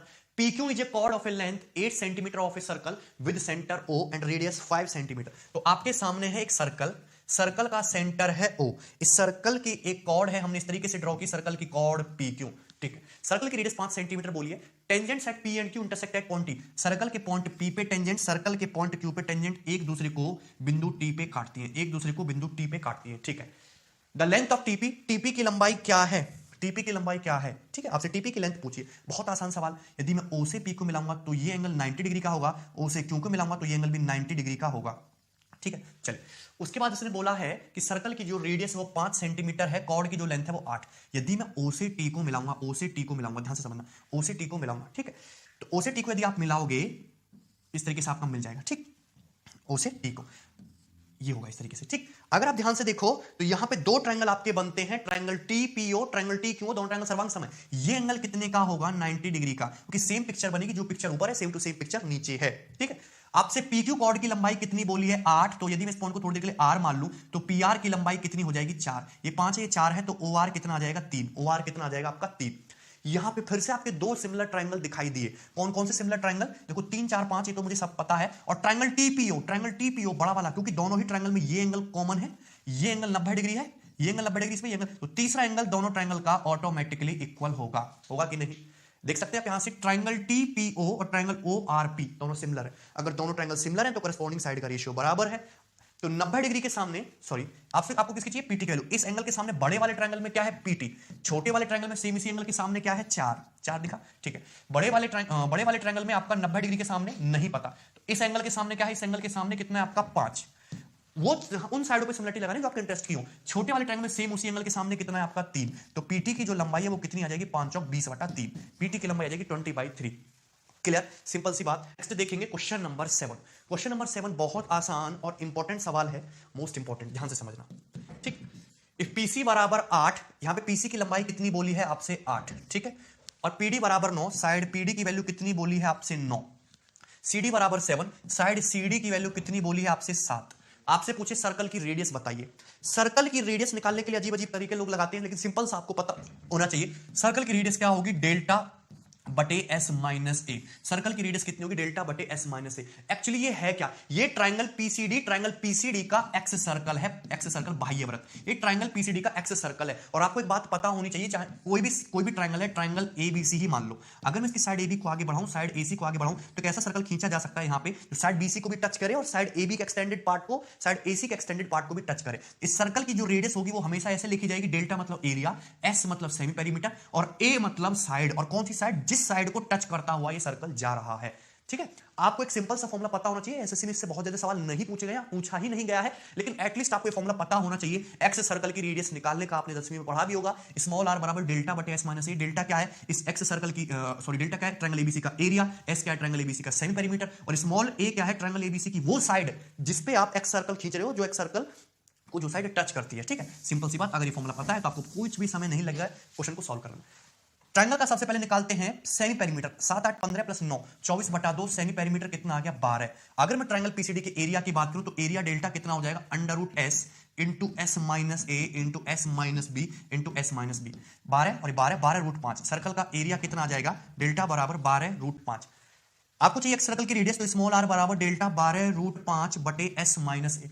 सेमी पेरीमीटर कितना है? 12। साइड सीडी को टच कर रहा है सेमी सर्कल, तो 12 रूट 5 बटे 12 माइनस साइड सीडी की वैल्यू कितनी? 7, तो 12 रूट 5 बटे 12 माइनस 7 5। तो आंसर आ जाएगा एक सर्कल की रेडियस का 12 बटे रूट 5। क्या answer? 12 by root 5। B option आपका करेक्ट आंसर है। ठीक है, चलिए आगे बढ़ेंगे। Next question number 8। Question number 8 को देखेंगे ध्यान। ओके, क्वेश्चन नंबर 8 ध्यान से देखना, बहुत ही इंटरेस्टिंग, आसान और एकदम एग्जाम के पॉइंट ऑफ व्यू से रिलेवेंट क्वेश्चंस हैं। देखेंगे, X Y and X Z are tangents to a circle. आपके पास एक सर्कल है, उसकी टेंजेंट है एक्स वाई और एक्स जेड, मतलब सर्कल के बाहर कहीं कोई पॉइंट एक्स होगा और उस पॉइंट से टेंजेंट होंगी आपकी एक्स वाई और एक्स जेड। ये क्वेश्चन में बोला है S T is another tangent to the circle at the point R on the circle. ठीक है, at the point R on the circle. ठीक है, which intersect X Y and X Z at S and T. एक another circle है, एक another tangent है circle की, जो सर्कल को पॉइंट आर पे टच करती है और दोनों टेंजेंट को एस और टी बिंदु पे इंटरसेक्ट करती है। ठीक है, एक्स वाई की वैल्यू क्वेश्चन में दी है 9 सेंटीमीटर, तो एक्स वाई की वैल्यू 9 सेंटीमीटर क्वेश्चन में गिवन है। ओके, टी एक्स की वैल्यू 15, तो टी एक्स की वैल्यू क्वेश्चन में 15 सेंटीमीटर गिवन है। आर टी की वैल्यू पूछिए। हमारी बात ध्यान से सुनना, क्या ये डायग्राम सही है? पॉसिबल हो सकता है एक्स वाई की वैल्यू 9 हो और टी एक्स की वैल्यू 15 हो। जब एक्स वाई की वैल्यू 9 है तो एक्स जेड की वैल्यू भी 9 ही होगी, तो टी एक्स 15 कैसे हो सकता है? ये डायग्राम क्या है? हमने गलत बनाया है। डायग्राम ऐसे नहीं बनेगा। डायग्राम जो बनाना चाहिए वो आपको ऐसे बनेगा कि आपके पास एक सर्कल है और सर्कल के बाहर कहीं कोई पॉइंट है एक्स, तो ये हो गया सर्कल के बाहर पॉइंट एक्स। हमने सर्कल की तो टेंजेंट लाइन खींची, स्पर्श रेखा है, फिर से बना। सपोज आपके पास एक सर्कल है इस तरीके से और सर्कल के बाहर है कोई पॉइंट एक्स, और पॉइंट एक्स से हमने दो टेंजेंट लाइन खींची है, एक्स वाई और एक्स जेड। तो सर्कल को इस तरीके से वो स्पर्श करेंगी, ये होगी एक टेंजेंट आपकी और ये होगी आपकी दूसरी टेंजेंट। ठीक है, सर्कल को टच कर रही है पॉइंट वाई और पॉइंट जेड पे। एक अनदर टेंजेंट है तो दोनों सर्कल को एस और टी पे काटती है। तो देखिए तीसरी जो टेंजेंट होगी वो कुछ इस तरीके से होनी चाहिए आपकी, जो बिंदु आर पे है, दोनों टेंजेंट को एस और टी पॉइंट पे काटती है। आप देखना क्वेश्चन में दिया हुआ है एक्स वाई की वैल्यू 9 सेंटीमीटर, एक्स वाई की वैल्यू 9 सेंटीमीटर, और दिया हुआ है टी एक्स की value 15 centimetre. T x, T से एक्स तक की दूरी ये दी हुई है आपको 15 सेंटीमीटर। ठीक है, इसके बाद आरटी की वैल्यू आपसे पूछेगी, आरटी की लेंथ, कांटा डिस्टेंस आरटी क्या है? Answer 6 centimetre. कुछ करने की जरूरत नहीं। सर्कल के बाहर से खींची गई स्पर्श रेखाओं की लंबाई बराबर होती है। यदि एक्स वाई की लंबाई 9 है, यदि एक्स वाई की लेंथ 9 है तो एक्स जेड की लेंथ भी 9 ही होगी, दोनों इक्वल इक्वल होना चाहिए। अगर एक्स जेड की लेंथ 9 है, पूरा टी एक्स 15 है, तो टी जेड कितना बचा? टी जेड कितना बचा? 6 सेंटीमीटर। टी से जेड तक की दूरी कितनी बची? 6 सेंटीमीटर। सर्कल के बाहर पॉइंट टी से tangent T Z, point T से टेंजेंट टी आर। जब टी जेड की लंबाई 6 है तो टी आर की लंबाई भी 6 ही होगी। ये आपका करेक्ट आंसर है। ठीक है, चलिए आसान क्वेश्चन था। Next question number 9। Question number 9 बहुत बेहतरीन सवाल, मींस 2017 के पेपर का पूछा हुआ क्वेश्चंस में से एक है। ठीक, चलिए आसान है, कोई बहुत ज्यादा टफ है नहीं, इसको ध्यान से समझना। इन the given figure a circle touches the side of quadrilateral PQRS। दिए गए चित्र में एक सर्कल है जो चतुर्भुज PQRS की चारों साइड्स को टच करता है। The radius of circle is 12। Circle की जो रेडियस है वो गिवन है 12 सेंटीमीटर। इस सर्कल की ये जो रेडियस है, इस रेडियस की लंबाई गिवन है आपको 12। ठीक है, उसके बाद एंगल RSP और एंगल SRQ 60। एंगल RSP यानी कि ये एंगल आपका 60 डिग्री का है। ठीक है, और एंगल SRQ, एंगल SRQ ये एंगल आपका 60 डिग्री का है। ठीक है, आपसे एक्चुअली पूछा क्या है? इस क्वाड्रिलेटरल का पेरीमीटर पूछा है, और पेरीमीटर तब निकल के आएगा जब इस क्वाड्रिलेटरल की चारों भुजाएं आपको पता हो। अल्टीमेटली आपको चारों साइड से निकालनी है क्वाड्रिलेटरल की। अच्छा, सर्कल का सेंटर, सर्कल के सेंटर से टेंजेंशियल पॉइंट को मिलाया, ये एंगल 90। सर्कल का सेंटर, सेंटर से टेंजेंशियल पॉइंट को मिलाया, ये एंगल 90। दोनों एंगल 90 90 डिग्री के होंगे। यदि हमने O से S को मिलाया, यदि हमने O से S को मिलाया, ध्यान से सुनना, यदि हमने OCS को मिला, आपके पास दो क्वाड्रिलेटरल नजर आते हैं, यदि मैं इसको मान लेता हूं थोड़ी देर के लिए कि आपका सपोज A पॉइंट है, आपका B पॉइंट है, दो क्वाड्रिलेटरल SAO और SBO दोनों ही क्वाड्रिलेटरल में ये रेडियस 12 है और ये रेडियस 12, रेडियस OS क्या है, दोनों ही क्वाड्रिलेटरल तो ट्रायंगल, OS क्या है, दोनों ही ट्रायंगल में कॉमन है, ये एंगल 90, ये एंगल 90, तो दोनों ट्रायंगल कैसे हो गए, कॉन्ग्रुएंट, सर्वांग सम हो गया आरएचएस की प्रॉपर्टी से। दोनों ट्रायंगल को ध्यान से देखिए, ये भी रेडियस 12 है, ये भी रेडियस 12 है, OS दोनों में कॉमन है, ये एंगल 90, ये एंगल 90, दोनों ट्रायंगल सर्वांग सम हो गए। अगर सर्वांग सम हो गया और आपका एंगल है 60 डिग्री है, तो दोनों एंगल हाफ ऑफ 30 के हो जाएंगे, एंगल हाफ ऑफ 30 के हो जाएंगे, कोई समस्या इसमें, 30 डिग्री के। अगर ये 30 है, ये 90 है, तो ये एंगल फिर कितने का होगा भाई, 60 का होगा, ये एंगल भी 60 का होगा। क्लियर है, कोई डाउट इसमें, यही यहाँ पे करना था। 30 90 60 का कॉम्बिनेशन सभी को पता है, 30 के सामने 1 यूनिट, 60 के सामने √3 यूनिट और 90 के सामने 2 यूनिट। 30 के सामने 12 है, तो 60 डिग्री के सामने ये डिस्टेंस S से A तक कितनी होगी, 12 √3 होगी 12 √3। क्लियर, सर्कल के बाहर से टेंजेंट बराबर होती है, यदि SA 12 √3 है तो SB भी 12 √3 ही होगा, कोई समस्या इसमें, ये भी 12 √3 होगा। क्लियर, सिंपल सी बात। सिमिलरली ये एंगल भी आपको 60 दिया है, यदि मैं यहां से O से C को मिला दूं, ये आपका टेंजेंशियल पॉइंट हो गया, O से R को मिला दूं, समझते हैं ना, हमने O से R को मिला, आपको फिर से दो ट्रायंगल दिखाई दे रहे हैं, ट्रायंगल RAO, ट्रायंगल RCO, दोनों के दोनों ट्रायंगल फिर से कॉन्ग्रुएंट है, रेडियस 12 12 कॉमन, OCOR दोनों में कॉमन है, तो 60 है, तो ये हाफ ऑफ कितना हो जाएगा आपका 30 30, कितना हो जाएगा 30 30, देखो सेम पिक्चर है, कोई फर्क नहीं है, 30 के सामने 12 तो 60 के सामने ये भी कितना हो जाएगा आपका 12 √3। सर्कल के बाहर से टेंजेंट बराबर, ये 12 √3, तो ये भी कितना होगा आपका 12 √3, ये भी 12 √3 होगा। सिंपल सी बात है, सब कुछ आपको यहां पे साफ साफ दिख रहा है, कोई फर्क नहीं है, जो पिक्चर ये है सेम टू सेम पिक्चर आपकी ये है ना। अब हम इस साइड पे बात करते हैं। अच्छा, ये यदि हम इस तरीके से मिला दें, आपका टेंजेंट पॉइंट है, सपोज मैंने इसको स्मॉल d मान लिया, क्या मान लिया हमने, इसको d मान लिया, ठीक है।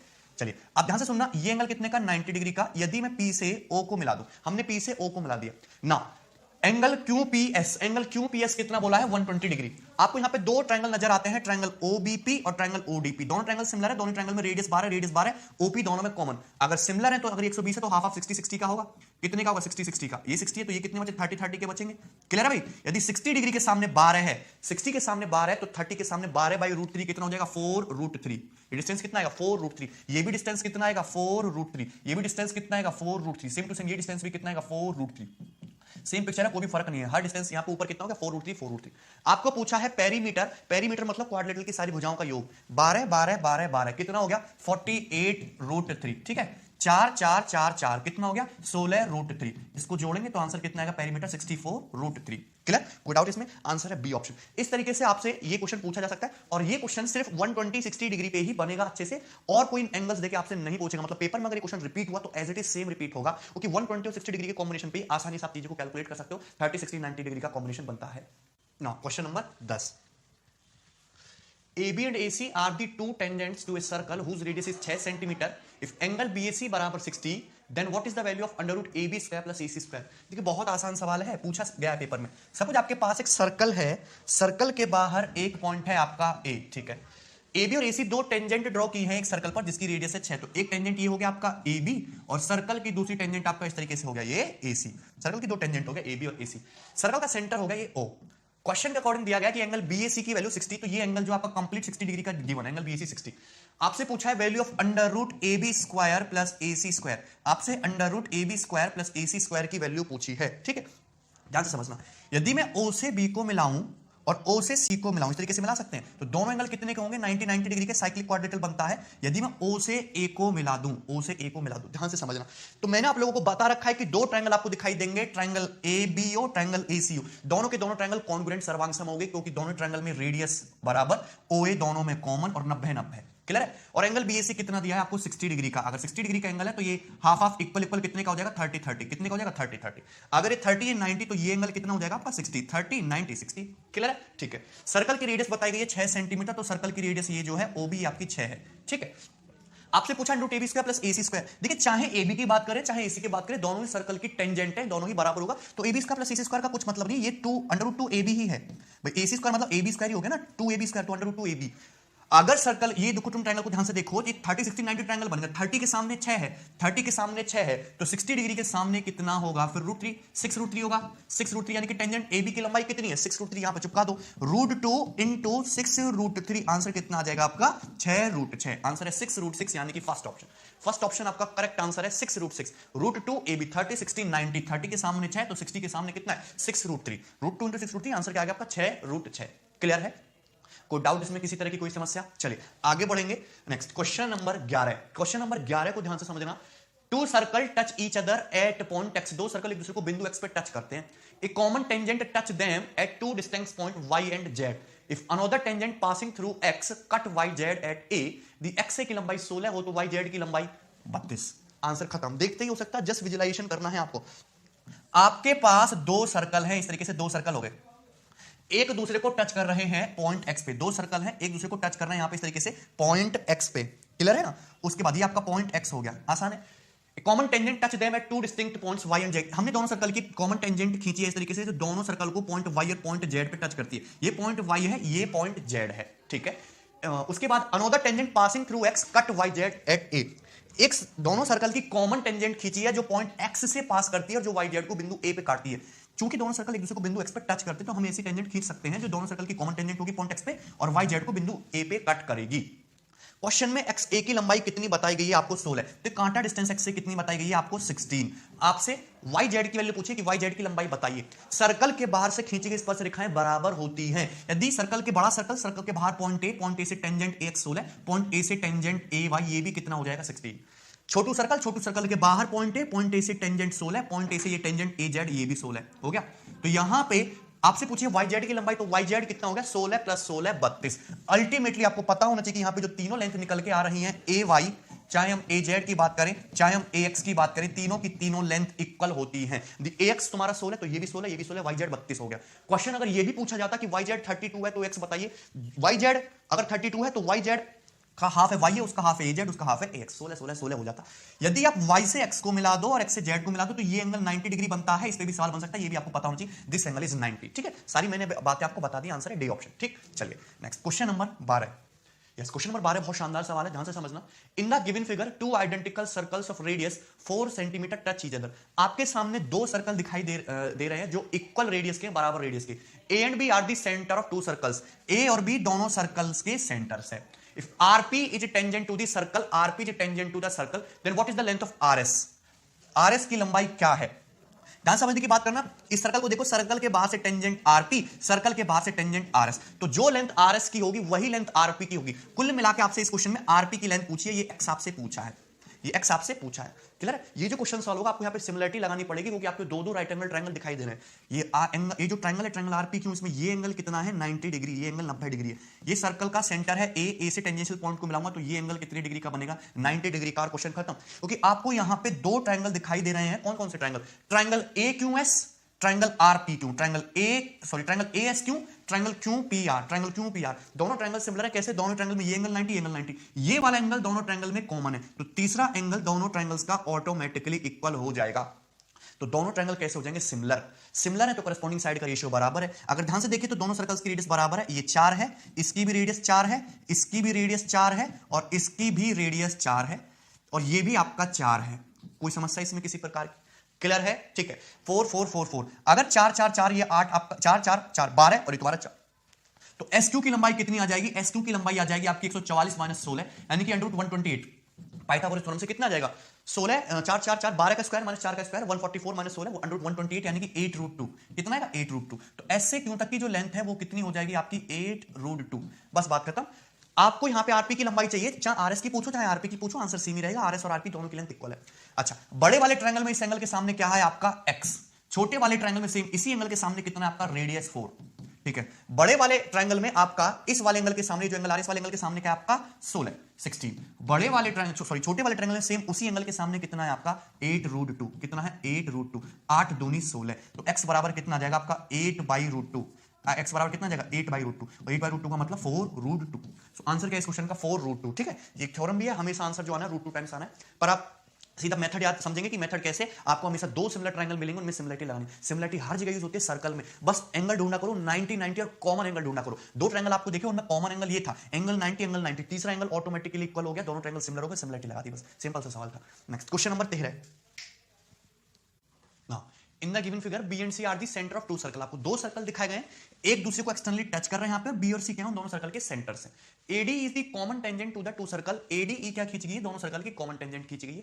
If the ratio of the radius of both circle is 3:5, तो दोनों सर्कल की जो रेडियस है, ये हमने डी से बी को मिला, ये एंगल 90 होगा, रेडियस टेंजेंट ये एंगल 90। तो दोनों सर्कल की जो रेडियस का जो रेशियो है ना भाई, वो 3:5 है। साइड एसी की वैल्यू कितनी है? 40। Then find the length of DE, DE की लंबाई क्या है? हमेशा इस टाइप का जो भी क्वेश्चन होगा 101% उसमें सिमिलरिटी लगनी है। सिमिलरिटी आपको अच्छे से यूज करने आनी चाहिए। सर्कल में आपको दो ट्रायंगल यहां पे सिमिलर दिखाई दे रहे हैं, ट्रायंगल एबीडी, त्रिभुज एबीडी, त्रिभुज एसीई, त्रिभुज एबीडी, त्रिभुज एसी। दोनों ही ट्रायंगल में ये एंगल 90, एंगल 90, ये वाला एंगल दोनों ही ट्रायंगल में कॉमन, तो तीसरा एंगल ऑटोमेटिकली इक्वल होगा, यानी कि दोनों ट्रायंगल कैसे होंगे? समरूप। अगर दोनों ट्रायंगल सिमिलर हैं और उनमें करस्पॉन्डिंग साइड का रेशियो 3:5 है, तो यहां इनकी ट्रायंगल की करस्पॉन्डिंग साइड एबी से एसी का जो रेशियो है ये भी 3:5 होगा। सिमिलर ट्रायंगल है, करस्पॉन्डिंग साइड का रेशियो 3:5 है, तो करस्पॉन्डिंग साइड एबी, एबी की करस्पॉन्डिंग पूरी क्या है? एसी, इसका रेशियो भी 3:5 होगा। क्वेश्चन में एसी की वैल्यू 40 बोली है, ए से सी तक है कितना? 5 यूनिट, तो 5 यूनिट की वैल्यू 40 सेंटीमीटर हो गई, तो 1 यूनिट की वैल्यू कितनी आ गई? फिर 8। 1 यूनिट की वैल्यू कितनी आ गई? 8 सेंटीमीटर। अगर 1 यूनिट की वैल्यू 8 है तो बी से सी तक कितना? 2 यूनिट। बी से सी तक कितना आपका? 2 यूनिट, क्योंकि ए बी आपका 3 है, एसी 5 है, तो बी से 2 यूनिट बचा। तो बी से सी तक की दूरी 2 यूनिट कितने के बराबर? 1 की वैल्यू 8, तो 2 की वैल्यू 16 सेंटीमीटर। सो बी से सी तक की दूरी मुझे पता चल चुकी है कि कितनी है? 16। बी से सी तक की दूरी आपकी 16 है। क्लियर? कोई डाउट इसमें? इस तरीके से आपको यहां पे सिमिलरिटी लगानी थी। सो बी से सी तक की दूरी कितनी आ गई आपकी? 16। नाउ अब ध्यान से समझना, दोनों सर्कल की रेडियस 3 और 5 के अनुपात में है।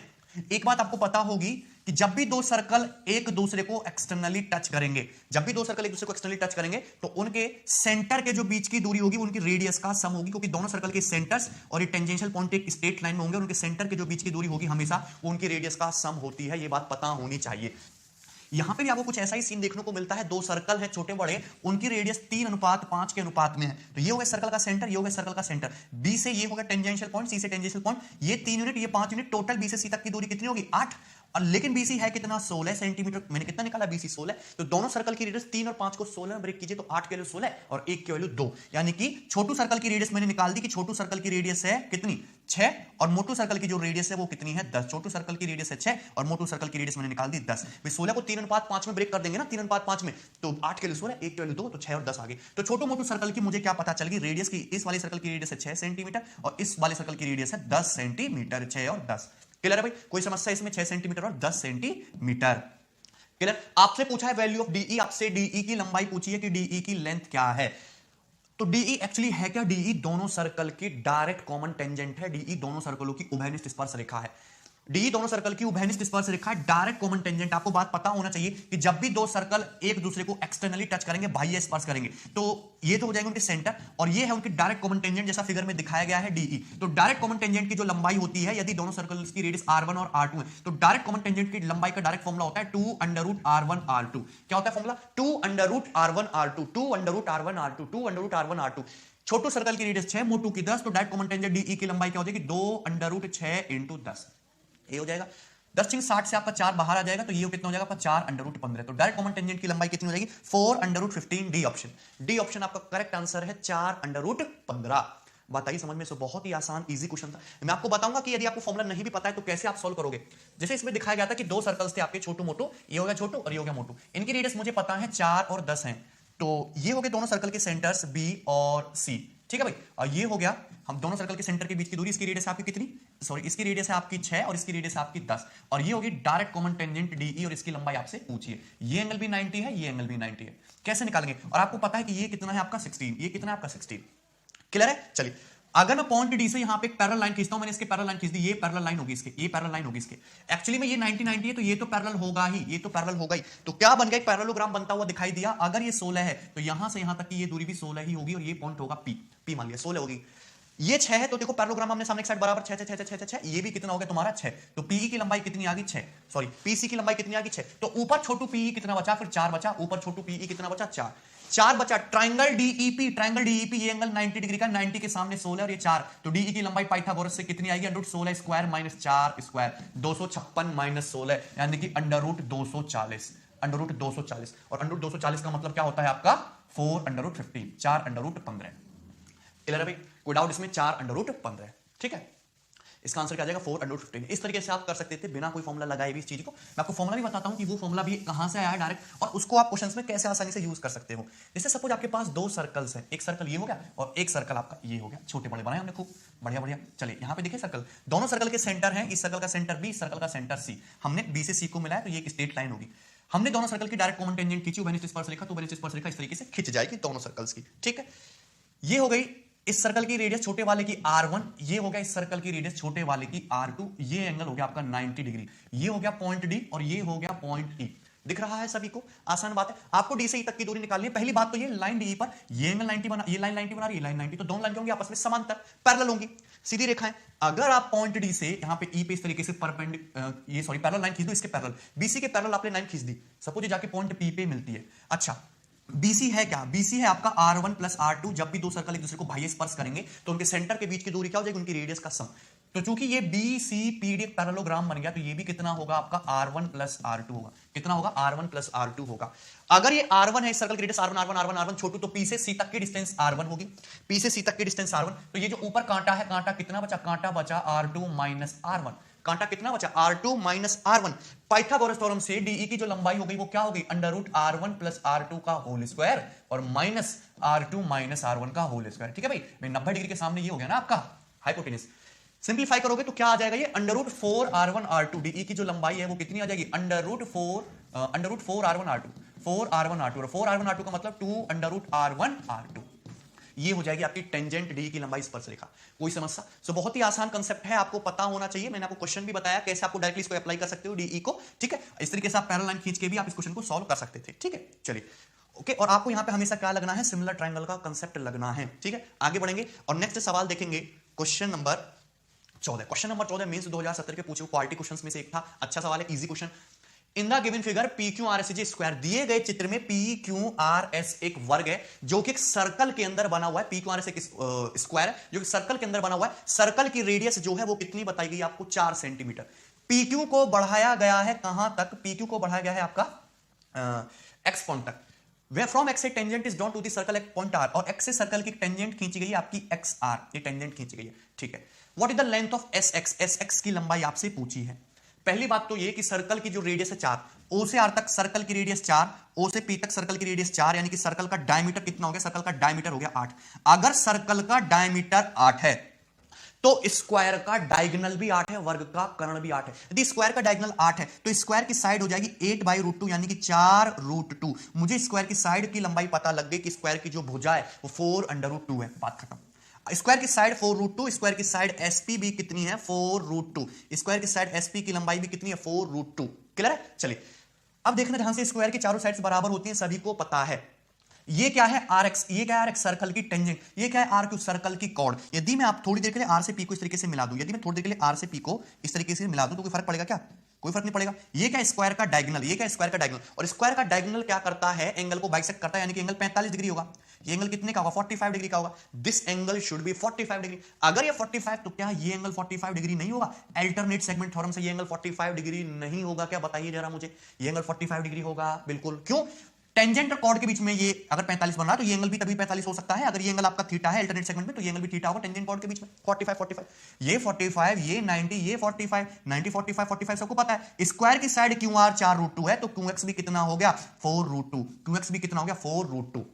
क्लियर? कोई डाउट इसमें? ये सब हटा रहे हम। मुझे पता चल गया कि आपका जो QX है, QX की लंबाई भी 4√2 है। क्लियर है? क्यों? क्योंकि ये एंगल आपका 45 का हो गया है। आपसे पूछा है क्वेश्चन में SX की लंबाई क्या होगी? पॉइंट S से हमने इस तरीके से X को मिलाया है, तो इस तरीके से मिल जाएगा। कोई समस्या इसमें? स्क्वायर की जो साइड है वो 4√2 है, 4√2। ठीक है ना? क्लियर? कोई डाउट इसमें? आपसे पूछा है SX की लंबाई क्या होगी। खत्म सवाल। पाइथागोरस थ्योरम लगानी है आपको। राइट एंगल ट्रायंगल दिख गया जिसमें ये एंगल कितना है? 90 degree. This angle is 90 degree. ये साइड कितनी है? 4√2। ये साइड कितनी है? 8√2। आपको SX निकालना है तो पाइथागोरस थ्योरम भी ऐसे नहीं लगानी, लगाने बैठ गई। देखिए कितना है? 4√2।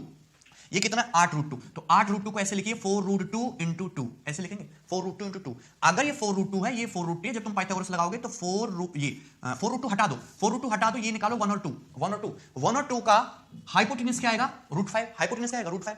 अगर यहाँ पे 4√2 से मल्टीप्लाई हो रही है, यहां भी 4√2 से मल्टीप्लाई हो रही है, तो हाइपोटेन्यूज में भी 4√2 से मल्टीप्लाई होगी। हाइपोटेन्यूज कितना आएगा? 4√10। और यही आंसर होगा आपका ए ऑप्शन। इस तरीके से आपको सवालों को करना है। मिनिमम कैलकुलेशन सभी लोगों को पता है कि यदि आप 1 2 निकालोगे राइट एंगल ट्रायंगल के लेग्स, तो हाइपोटेन्यूज √5, √2 से मल्टीप्लाई कर दो, 4√2 से मल्टीप्लाई कर दो, तो 4√2 से मल्टीप्लाई क्या हो जाएगा? हाइपोटेन्यूज 4√10। खत्म सवाल।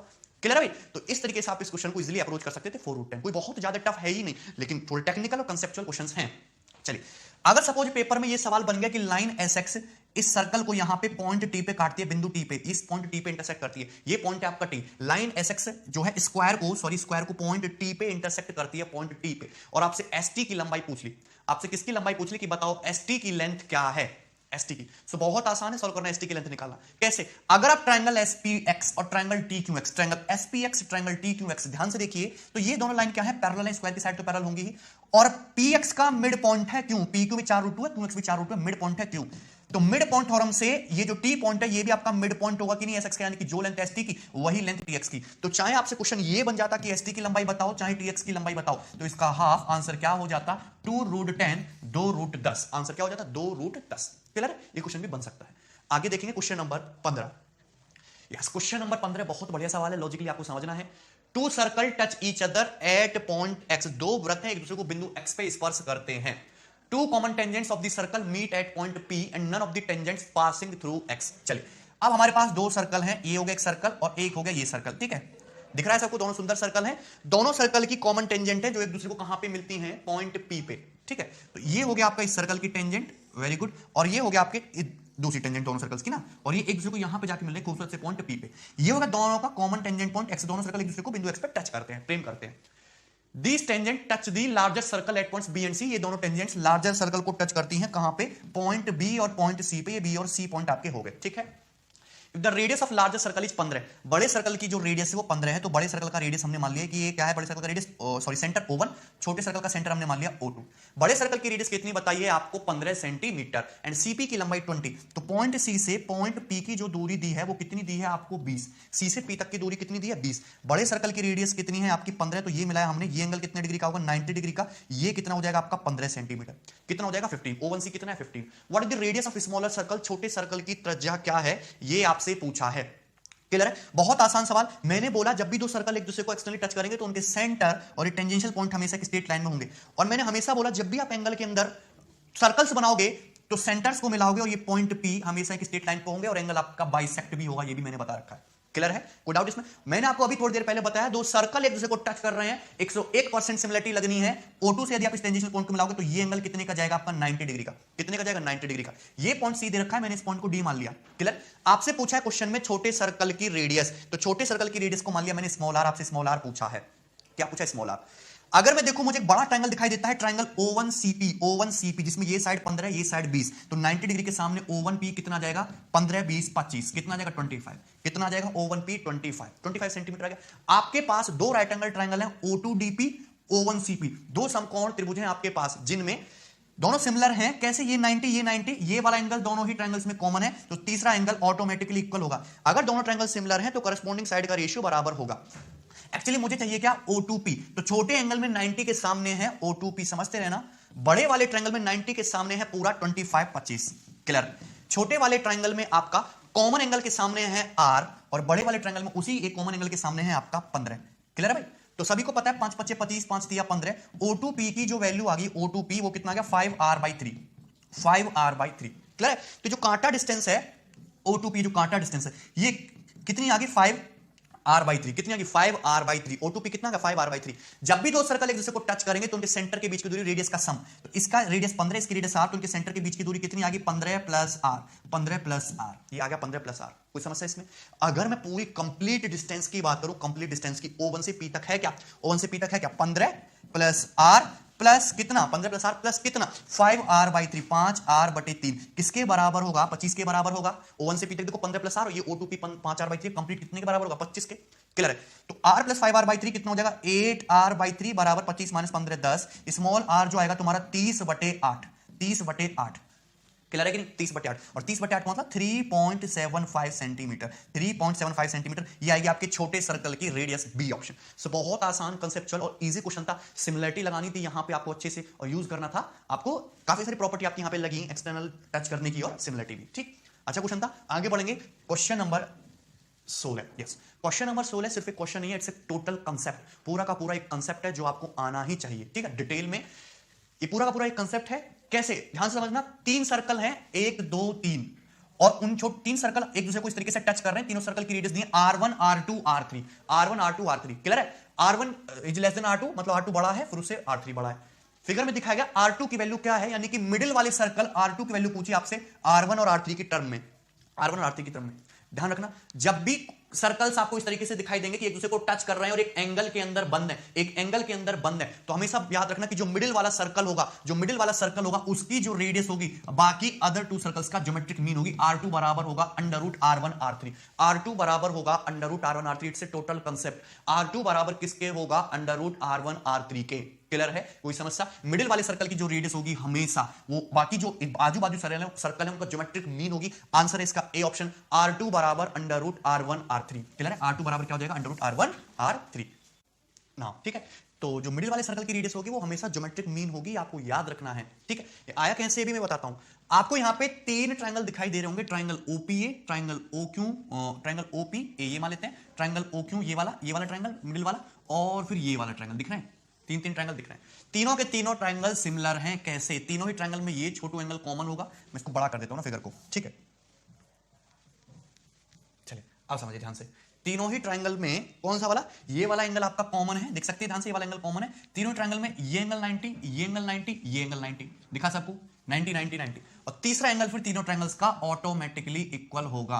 तीसरा एंगल क्या होगा? ऑटोमेटिकली इक्वल होगा। लेकिन तीनों के तीनों ट्रायंगल सिमिलर हैं और एक ऑर्डर में आगे बढ़ रहे हैं। क्लियर है? तो सिंपल सी बात, आप ये भी देख सकते हो कि ये छोटा ट्रायंगल और ये बड़ा ट्रायंगल, तो R1 से R2 का जो रेशियो है ये वही होने वाला है कि ये तो देखो तीनों ट्रायंगल आपस में सिमिलर है एक दूसरे के और एक ऑर्डर में आगे बढ़ रहे हैं, यानी कि छोटे वाले ट्रायंगल और मिडिल वाले ट्रायंगल का जो रेशियो R1 से R2 का वो वही हो जाएगा। सेम वही चीज रहेगी जो इस वाले ट्रायंगल, इस वाली रेडियस और इस वाली रेडियस की करस्पॉन्डिंग साइड का रेशियो R1/R2 बराबर हो जाएगा R2/R3, यानी कि R2 स्क्वायर किसके बराबर आएगा? R1 R3 के। या R2 किसके बराबर हो जाएगा? Under root R1 R3। कोई डाउट इसमें किसी को? बहुत आसान चीज है। क्लियर है? ध्यान से समझना है आपको कि यहां पे आपके तीन ट्रायंगल सिमिलर दिखाई देते हैं, ये एंगल तीनों में कॉमन 90 90 90। तीनों ट्रायंगल एक ऑर्डर में आगे बढ़ रहे हैं, तो छोटे ट्रायंगल मिडिल वाले ट्रायंगल की करस्पॉन्डिंग साइड का रेशियो वही होगा जो मिडिल वाले ट्रायंगल और बड़े ट्रायंगल की करस्पॉन्डिंग साइड R2 से R3 का रेशियो है। ये एक तरीका है डायरेक्टली, अदरवाइज एक थ्योरम तो है ही। ठीक है, इसको यदि थोड़ा और डिटेल में देखना चाहें तो इस तरीके से देख सकते हैं। सपोज कि ये आपके तीन सर्कल्स हैं, एक दूसरे को इस तरीके से टच कर रहे हैं। यहां पे ये एंगल 90 है, ये एंगल 90 है, ये एंगल 90 है, तो थेस थ्योरम से तीनों लाइन क्या होंगी? पैरेलल होंगी। ये R1 है, ये R2 है, तो दोनों सर्कल के सेंटर के बीच की दूरी क्या होने वाली है? R1 plus R2। ये R2 है, ये R3 है, तो दोनों सर्कल के सेंटर के बीच की दूरी क्या होने वाली है? R2 plus R3। यही होगी। क्लियर है? इसकी रेडियस R1, इसकी रेडियस R2, तो डायरेक्ट कॉमन टेंजेंट PQ की जो लंबाई होगी वो क्या होगी? 2 अंडर रूट R1 R2। अभी समझाया था थोड़ी देर पहले। इस सर्कल की रेडियस R2, इस सर्कल की रेडियस R3, तो डायरेक्ट कॉमन टेंजेंट QR की जो लंबाई है वो क्या होगी? 2 अंडर रूट R2 R3। क्या होगी डायरेक्ट कॉमन टेंजेंट की लंबाई? 2 अंडर रूट R2 R3। अगर ये तीनों लाइन आपस में पैरेलल हैं तो थेल्स थ्योरम के अकॉर्डिंग करस्पॉन्डिंग लेंथ का रेशियो बराबर होगा ये R1 प्लस R2 और ये R2 plus R3। R1 plus R2 का R2 प्लस R3 से जो रेशियो होगा वही रेशियो आपका, देखिए इधर क्या लेंथ लिया हमने? R1 प्लस R2 और R2 प्लस R3। उस साइड का रेशियो लेना है आपको 2 under root R1 R2, 2 under root R2 R3। Thales theorem से 2 अंडर रूट R1 R2 बटे 2 अंडर रूट R2 R3, यही आ जाएगा। क्लियर है? कोई समस्या इसमें? थेल्स थ्योरम में तीनों लाइन पैरेलल हैं, R1 प्लस R2 का R2 प्लस R3 से रेशियो बराबर होगा 2 अंडर रूट R1 R2 का 2 अंडर रूट R2 R3 से। देखिए आपका 2 से 2 कट जाएगा, यदि मैं दोनों तरफ से स्क्वायर कर दूं तो ये हो जाएगा R1 square plus R2 square plus 2 R1 R2 बटे R2 square plus R3 square plus 2 R2 R3, यही हो जाएगा, बराबर होगा। देखिए अंडर रूट R2 से आपका अंडर रूट R2 कट ही जाना है, अंडर रूट R1 R3 का स्क्वायर करोगे तो क्या आएगा आपका? R1/R3। ये आपका रिजल्ट आएगा।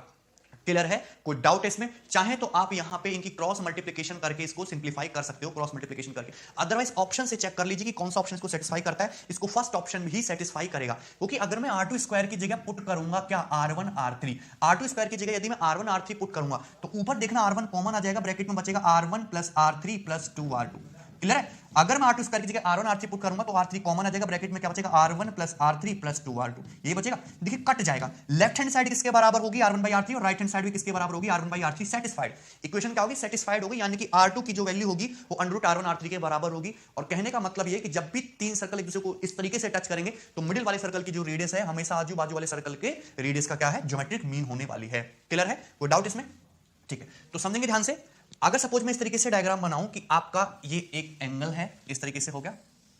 क्लियर? तो यहां पे यदि हम सर्कल बना दे, 1, ये 2, ये 3 और ये 4, इस तरीके से सर्कल बना दे, सब एक दूसरे को इस तरीके से टच कर रहे हैं, तो अगर इस सर्कल की रेडियस 1 है, इस सर्कल की रेडियस 3 है, तो इस सर्कल की रेडियस कितनी होगी? तुरंत पता लगा सकते हो सब जीपी में होंगे, सारे सर्कल की रेडियस जीपी ज्योमेट्रिक प्रोग्रेशन में होगी, क्योंकि ये क्या हुआ इनका ज्योमेट्रिक मीन, ये क्या हुआ इन दोनों का ज्योमेट्रिक मीन, ऐसी कहानी चलेगी। अगर ये 1 3 है तो कितने गुना हो रहा है 3 टाइम्स, तो ये भी 3 टाइम्स हो जाएगा, 9 हो जाएगा। इस सर्कल की रेडियस भी 3 टाइम्स हो जाएगी 27। 3 3 3 के मल्टीपल से सर्कल्स की रेडियस क्या करती रहेंगी, आगे बढ़ती रहेंगी। ये आपको पता होना चाहिए, क्योंकि हमेशा ये जो कोई भी सर्कल आप पकड़ लो, आजू बाजू वाले सर्कल का ज्योमेट्रिक मीन है उसकी रेडियस, अगर इसकी 1 है, इसकी 3 है, 3 गुना, इसकी भी 3 गुना, इसकी भी 3 गुना, ये ऑर्डर आपका चलने वाला है। क्लियर, कोई डाउट इसमें? सो बहुत आसान है कंसेप्ट, मैंने आपको डिटेल में समझाया है। चलिए अब देखते हैं इस पे क्वेश्चंस, बहुत बढ़िया सवाल है, समझना ध्यान से। 4 circles are placed as shown in figure, find the value of PD. 4 circle आपके बनाए गए हैं, फिगर में दिख रहा है, छोटू की रेडियस 4, इसकी 9, आपसे पीडी की लेंथ पूछी है। बहुत बढ़िया सवाल है, शानदार, ध्यान से समझना। मैं यहां पे फिगर बनाता हूं, ठीक है। सपोज आपके पास इस तरीके से क्या है, एक एंगल है, हमने ये हो गया एंगल्स ना, ठीक है, ये हो गया भाई सुंदर सा। उसमें हमने क्या किया, 4 सर्कल बनाए, ये हो गया फर्स्ट, ये हो गया आपका सेकंड, और ये हो गया आपका थर्ड, और ये हो गया आपका फोर्थ सर्कल ना। इस तरीके से आपके 4 सर्कल बन गए। क्लियर है? ये हो गया पॉइंट पी, क्या हो गया आपका पॉइंट पी, ठीक है। और क्वेश्चन में दिया क्या है, क्यू आर एस टी सबके सेंटर है और एबीसीडी क्या है, टेंजेंशियल पॉइंट है। तो यहां पे ये हो गया ए, ये हो गया बी, ये हो गया सी, ये हो गया डी। और आपसे क्वेश्चन में पी से डी तक की लंबाई पूछी है। क्यू आर एस टी सभी सर्कल के सेंटर है, इसका क्यू, इसका आर, इसका एस, और इस सर्कल का सेंटर है टी। देखिए बहुत अच्छा और आसान लॉजिकल क्वेश्चन है।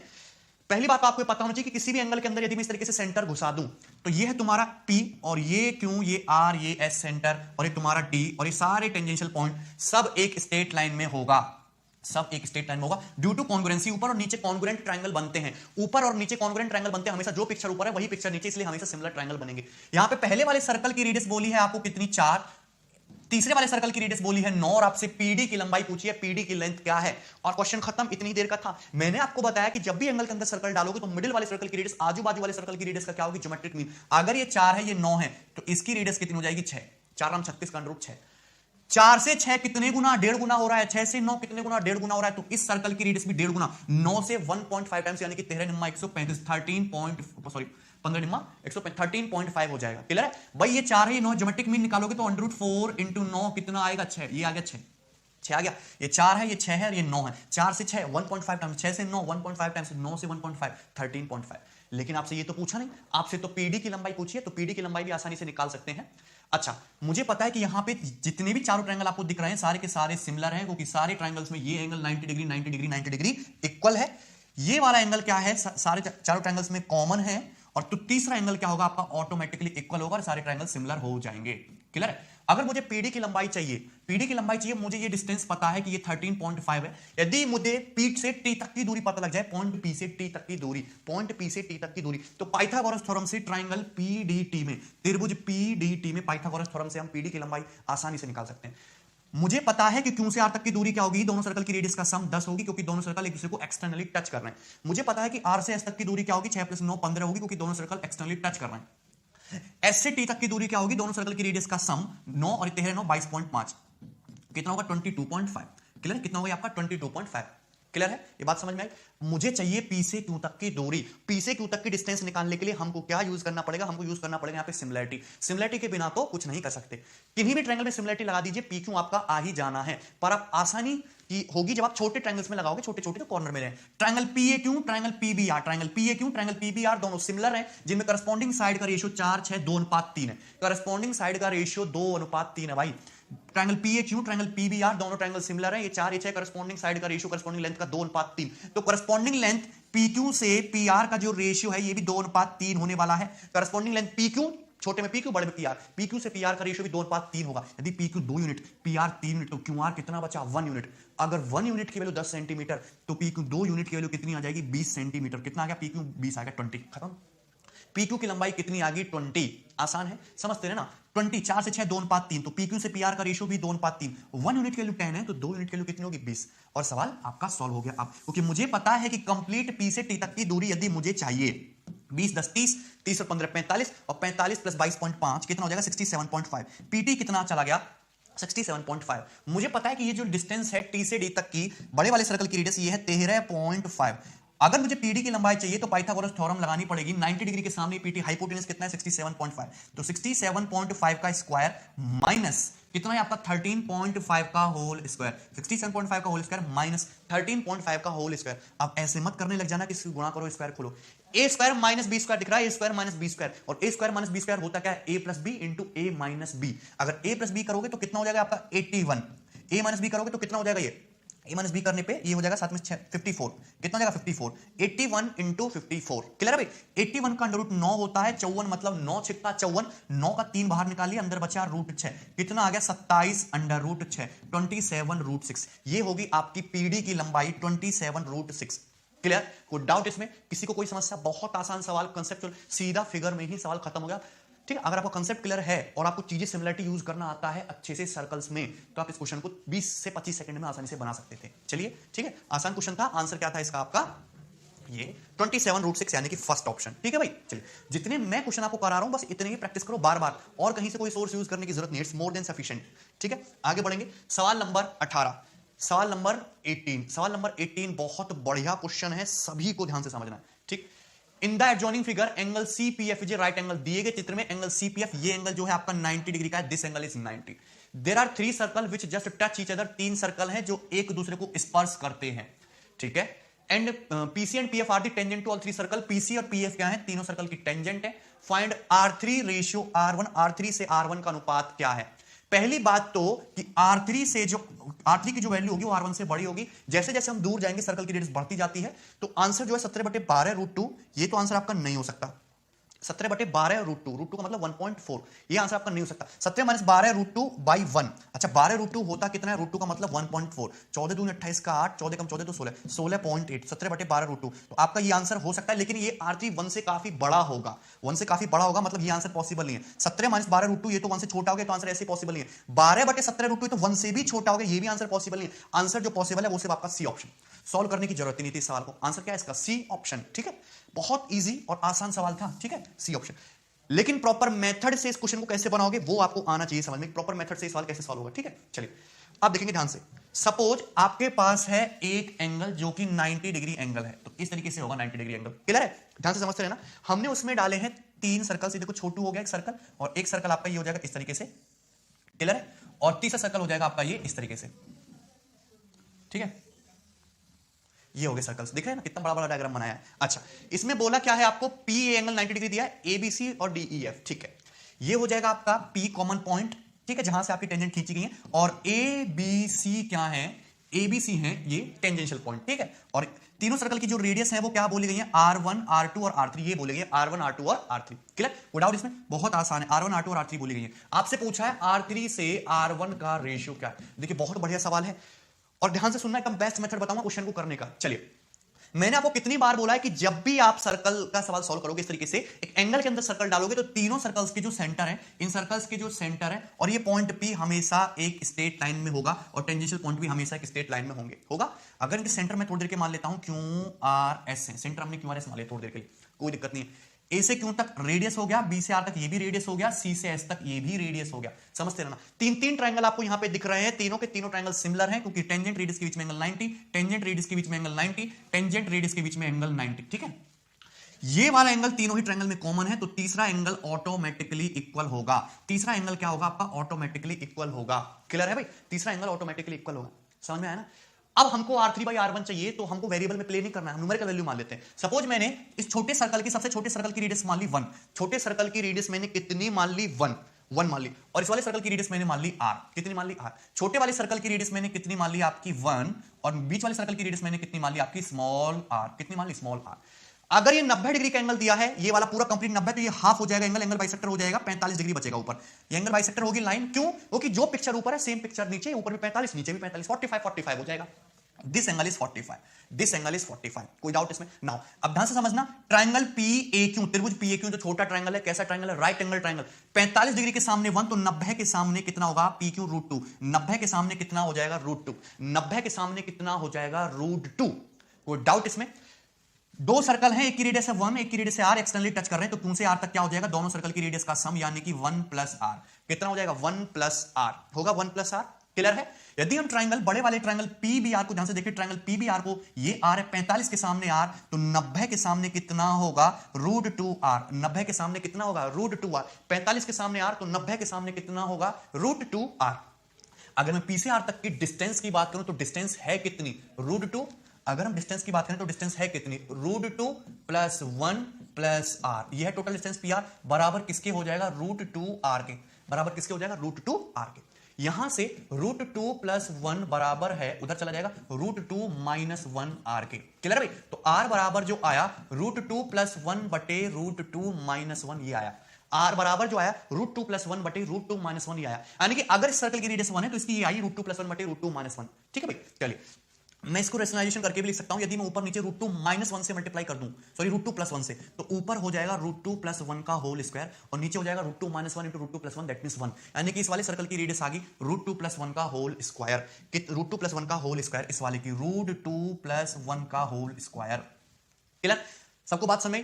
तो यदि पहले वाले सर्कल की रेडियस ये जो है, यदि ये तुम्हारी कितनी है r1, यदि 1 है, तो r2 मैंने कितना निकाल लिया √2 + 1 का होल स्क्वायर। और अभी अभी मैंने आपको थ्योरम बताई कि जब भी मैं किसी एंगल में इस तरीके से सर्कल बनाऊंगा तो रेडियस किस में चलेंगी, जीपी में चलेंगी। अगर ये 1 है r1 और ये √2 + 1 का होल स्क्वायर है, तो √2 + 1 होल स्क्वायर टाइम्स हुआ, तो तीसरे सर्कल की रेडियस r3 भी √2 + 1 का होल स्क्वायर का, पिछले वाले सर्कल की रेडियस का √2 + 1 होल स्क्वायर ही हो जाएगा, क्योंकि कॉमन रेशियो आपका √2 + 1 होल स्क्वायर ही है। क्लियर है? रेडियस होंगे किसमें, यदि पहले वाले सर्कल की रेडियस a है और दूसरे की ar है, तो तीसरे की क्या हो जाएगी ar², फिर ar³। यहां पे आपकी रेडियस 1 है, दूसरे सर्कल की रेडियस कितनी है √2 + 1 का होल स्क्वायर, तो फर्स्ट टर्म तो a है, कॉमन रेशियो क्या है √2 + 1 का होल स्क्वायर, तो ये √2 + 1 की होल स्क्वायर का भी होल स्क्वायर पावर 4 हो जाएगा ना, पावर 4। तो ये आ गई थर्ड सर्कल की रेडियस। सो r3 बराबर आ गया √2 + 1 की होल पावर 4, √2 + 1 की होल पावर 4, या फिर r3 आ जाएगा 3 + 2 √2 का स्क्वायर। √2 + 1 का होल स्क्वायर क्या होता है 3 + 2 √2, 3 + 2 √2 का स्क्वायर, यानी कि 17 + 2 3 6 2 12 √2। r3 कितना आ जाएगा 17 + 12 √2। ठीक है ना? r3 कितना आ जाएगा 17 + 12 √2। ये आ जाएगी आपकी थर्ड सर्कल की रेडियस 17 + 12 √2। लेकिन आपसे पूछा क्या है, आपसे तो r3/r1 पूछा है, तो r3 कितना है 17 + 12 √2 और r1 कितना है आपका 1।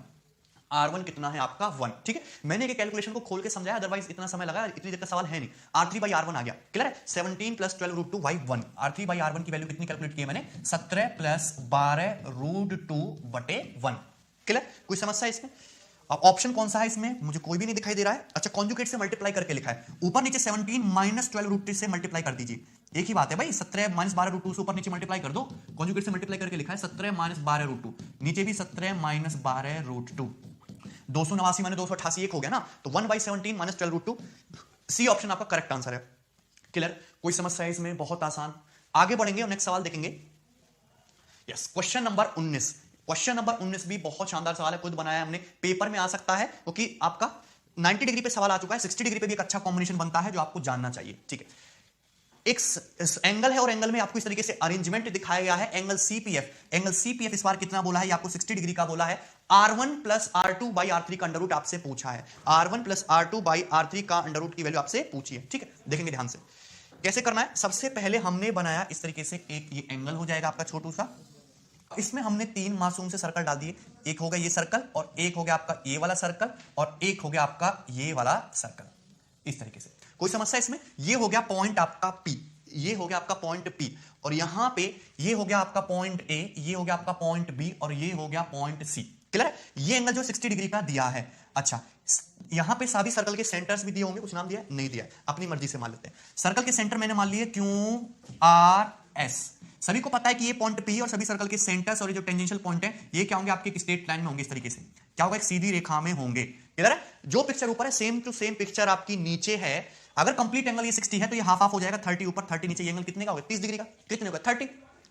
इस वाले सर्कल की रेडियस ये है, ये एंगल 90 डिग्री, ये एंगल भी 90 डिग्री, और ये एंगल भी कितना हो गया आपका 90 डिग्री। आपको यहां पे 3 सिमिलर ट्रायंगल दिख रहे हैं। कैसे? 90 90 90 30 तीनों में कॉमन है, तीसरा वाला एंगल ऑटोमेटिकली इक्वल होगा, और ये तीनों ट्रायंगल सिमिलर है। सपोज छोटे वाले सर्कल की रेडियस मैंने मान ली कितनी 1, छोटे वाले सर्कल की रेडियस जो है वो कितनी मान ली हमने 1, छोटे वाले सर्कल की रेडियस 1 मान ली, दिख रहा है 1। तो 30 90 60, यदि 30 के सामने 1 है तो 90 के सामने PQ फिर कितना होगा 2, PQ कितना होगा 2, PQ कितना होगा 2। मिडिल वाले सर्कल की रेडियस को हमने स्मॉल r मान लिया, कितना मान लिया स्मॉल r। दो सर्कल है, एक की रेडियस है 1, दूसरे की रेडियस है स्मॉल r, एक दूसरे को एक्सटर्नली टच कर रहे हैं, तो दोनों सर्कल के सेंटर के जो बीच की दूरी होगी वो कितनी होगी 1 प्लस r, उनकी रेडियस का सम कितनी होगी 1 प्लस r। ट्राइंगल PBR, त्रिभुज PBR को ध्यान से देखो, 30 है 90, 30 और 90, 30 के सामने r, तो 90 के सामने कितना होगा आपका 2r, 90 के सामने कितना होगा twice of small r, P से r तक 2r। अगर देखोगे P से r तक की डिस्टेंस है कितनी 2 प्लस 1 प्लस r है PR, जो कि कितने के बराबर है 2r के, तो यहां से r बराबर कितना आएगा आपका 3, r बराबर कितना आएगा आपका 3, यानी कि छोटू सर्कल की रेडियस मैंने मानी है 1, मिडिल वाले सर्कल की रेडियस हो जाएगी 3, कैलकुलेट की मैंने। तो अगर ये 1 है ये 3 है, तो कितने गुना हो रहा है 3 टाइम्स हो रहा है, कितने गुना हो रहा है भाई 3 टाइम्स हो रहा है, 1 से 3 कितने टाइम्स हो रहा है 3 टाइम्स, और 3 से ये कितने टाइम्स हो जाएगा 3, ये भी 9 हो जाएगा।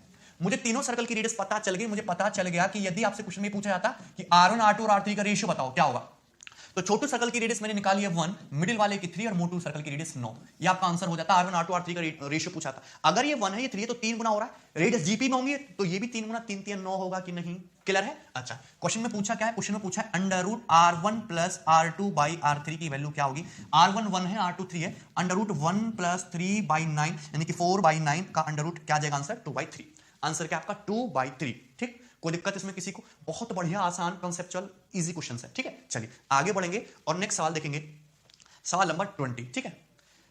देखिए बहुत इजी क्वेश्चन है, कुछ भी नहीं करना है, कुछ तो करना पड़ेगा पर, ठीक है, कुछ तो करना है। सीपी 10, क्वेश्चन में सीपी की लंबाई दी है 10, तो सी से पी तक की कांटा डिस्टेंस कितनी दी है आपको 10, पीडी कितना दिया है आपको 6, तो पीडी की लंबाई दी है कितनी आपको 6, सीपी 10 और पीडी 6, ये दिया आपको, ये पीडी 6 दिया है और सीपी आपको 10 दिया है, क्लियर है, ठीक। उसके बाद पूछा है सर्कल की रेडियस बताओ, सर्कल की रेडियस √60 215 आंसर आ गया। सर्कल की रेडियस कितनी होगी 2 √15, कुछ भी करने की जरूरत नहीं है, मैंने आपको बताया कि आपको सर्कल दिख रहा है, सर्कल का सेंटर हो तो ए बी क्या हो जाएगा डायमीटर, डायमीटर के दोनों एंड पॉइंट पे क्या खींच मारी आपने टेंजेंट, सर्कल की तीसरी टेंजेंट खींची है, तीसरी टेंजेंट तो दोनों टेंजेंट को पॉइंट सी और पॉइंट डी पे काटती है, यदि मैं सी से ओ को मिलाऊं और ओ से डी को मिलाऊं, मतलब थर्ड टेंजेंट द्वारा सर्कल पे ये जो एंगल होगा ये 90 डिग्री का होगा, ये थ्योरम में मैंने प्रूफ करके आपको समझाई भी है कि एंगल सीओडी कितना होगा 90 डिग्री होगा, दिस एंगल इज 90। यदि मैं सेंटर से पॉइंट पी को मिला दूं तो ये 90 के सामने सीडी हाइपोटेन्यूस है, ये एंगल कितने का होगा 90 डिग्री का, ये रेडियस ओपी स्मॉल आर, तो 90 डिग्री ट्रायंगल है, राइट एंगल ट्रायंगल है, ट्रायंगल सीओडी हाइपोटेन्यूस पे परपेंडिकुलर डाला है, तो हाइपोटेन्यूस पे यदि हम परपेंडिकुलर डालेंगे तो हाइपोटेन्यूस की जो लेंथ सेगमेंट है वो 10 और 6 है, रेडियस सर्कल की स्मॉल आर है,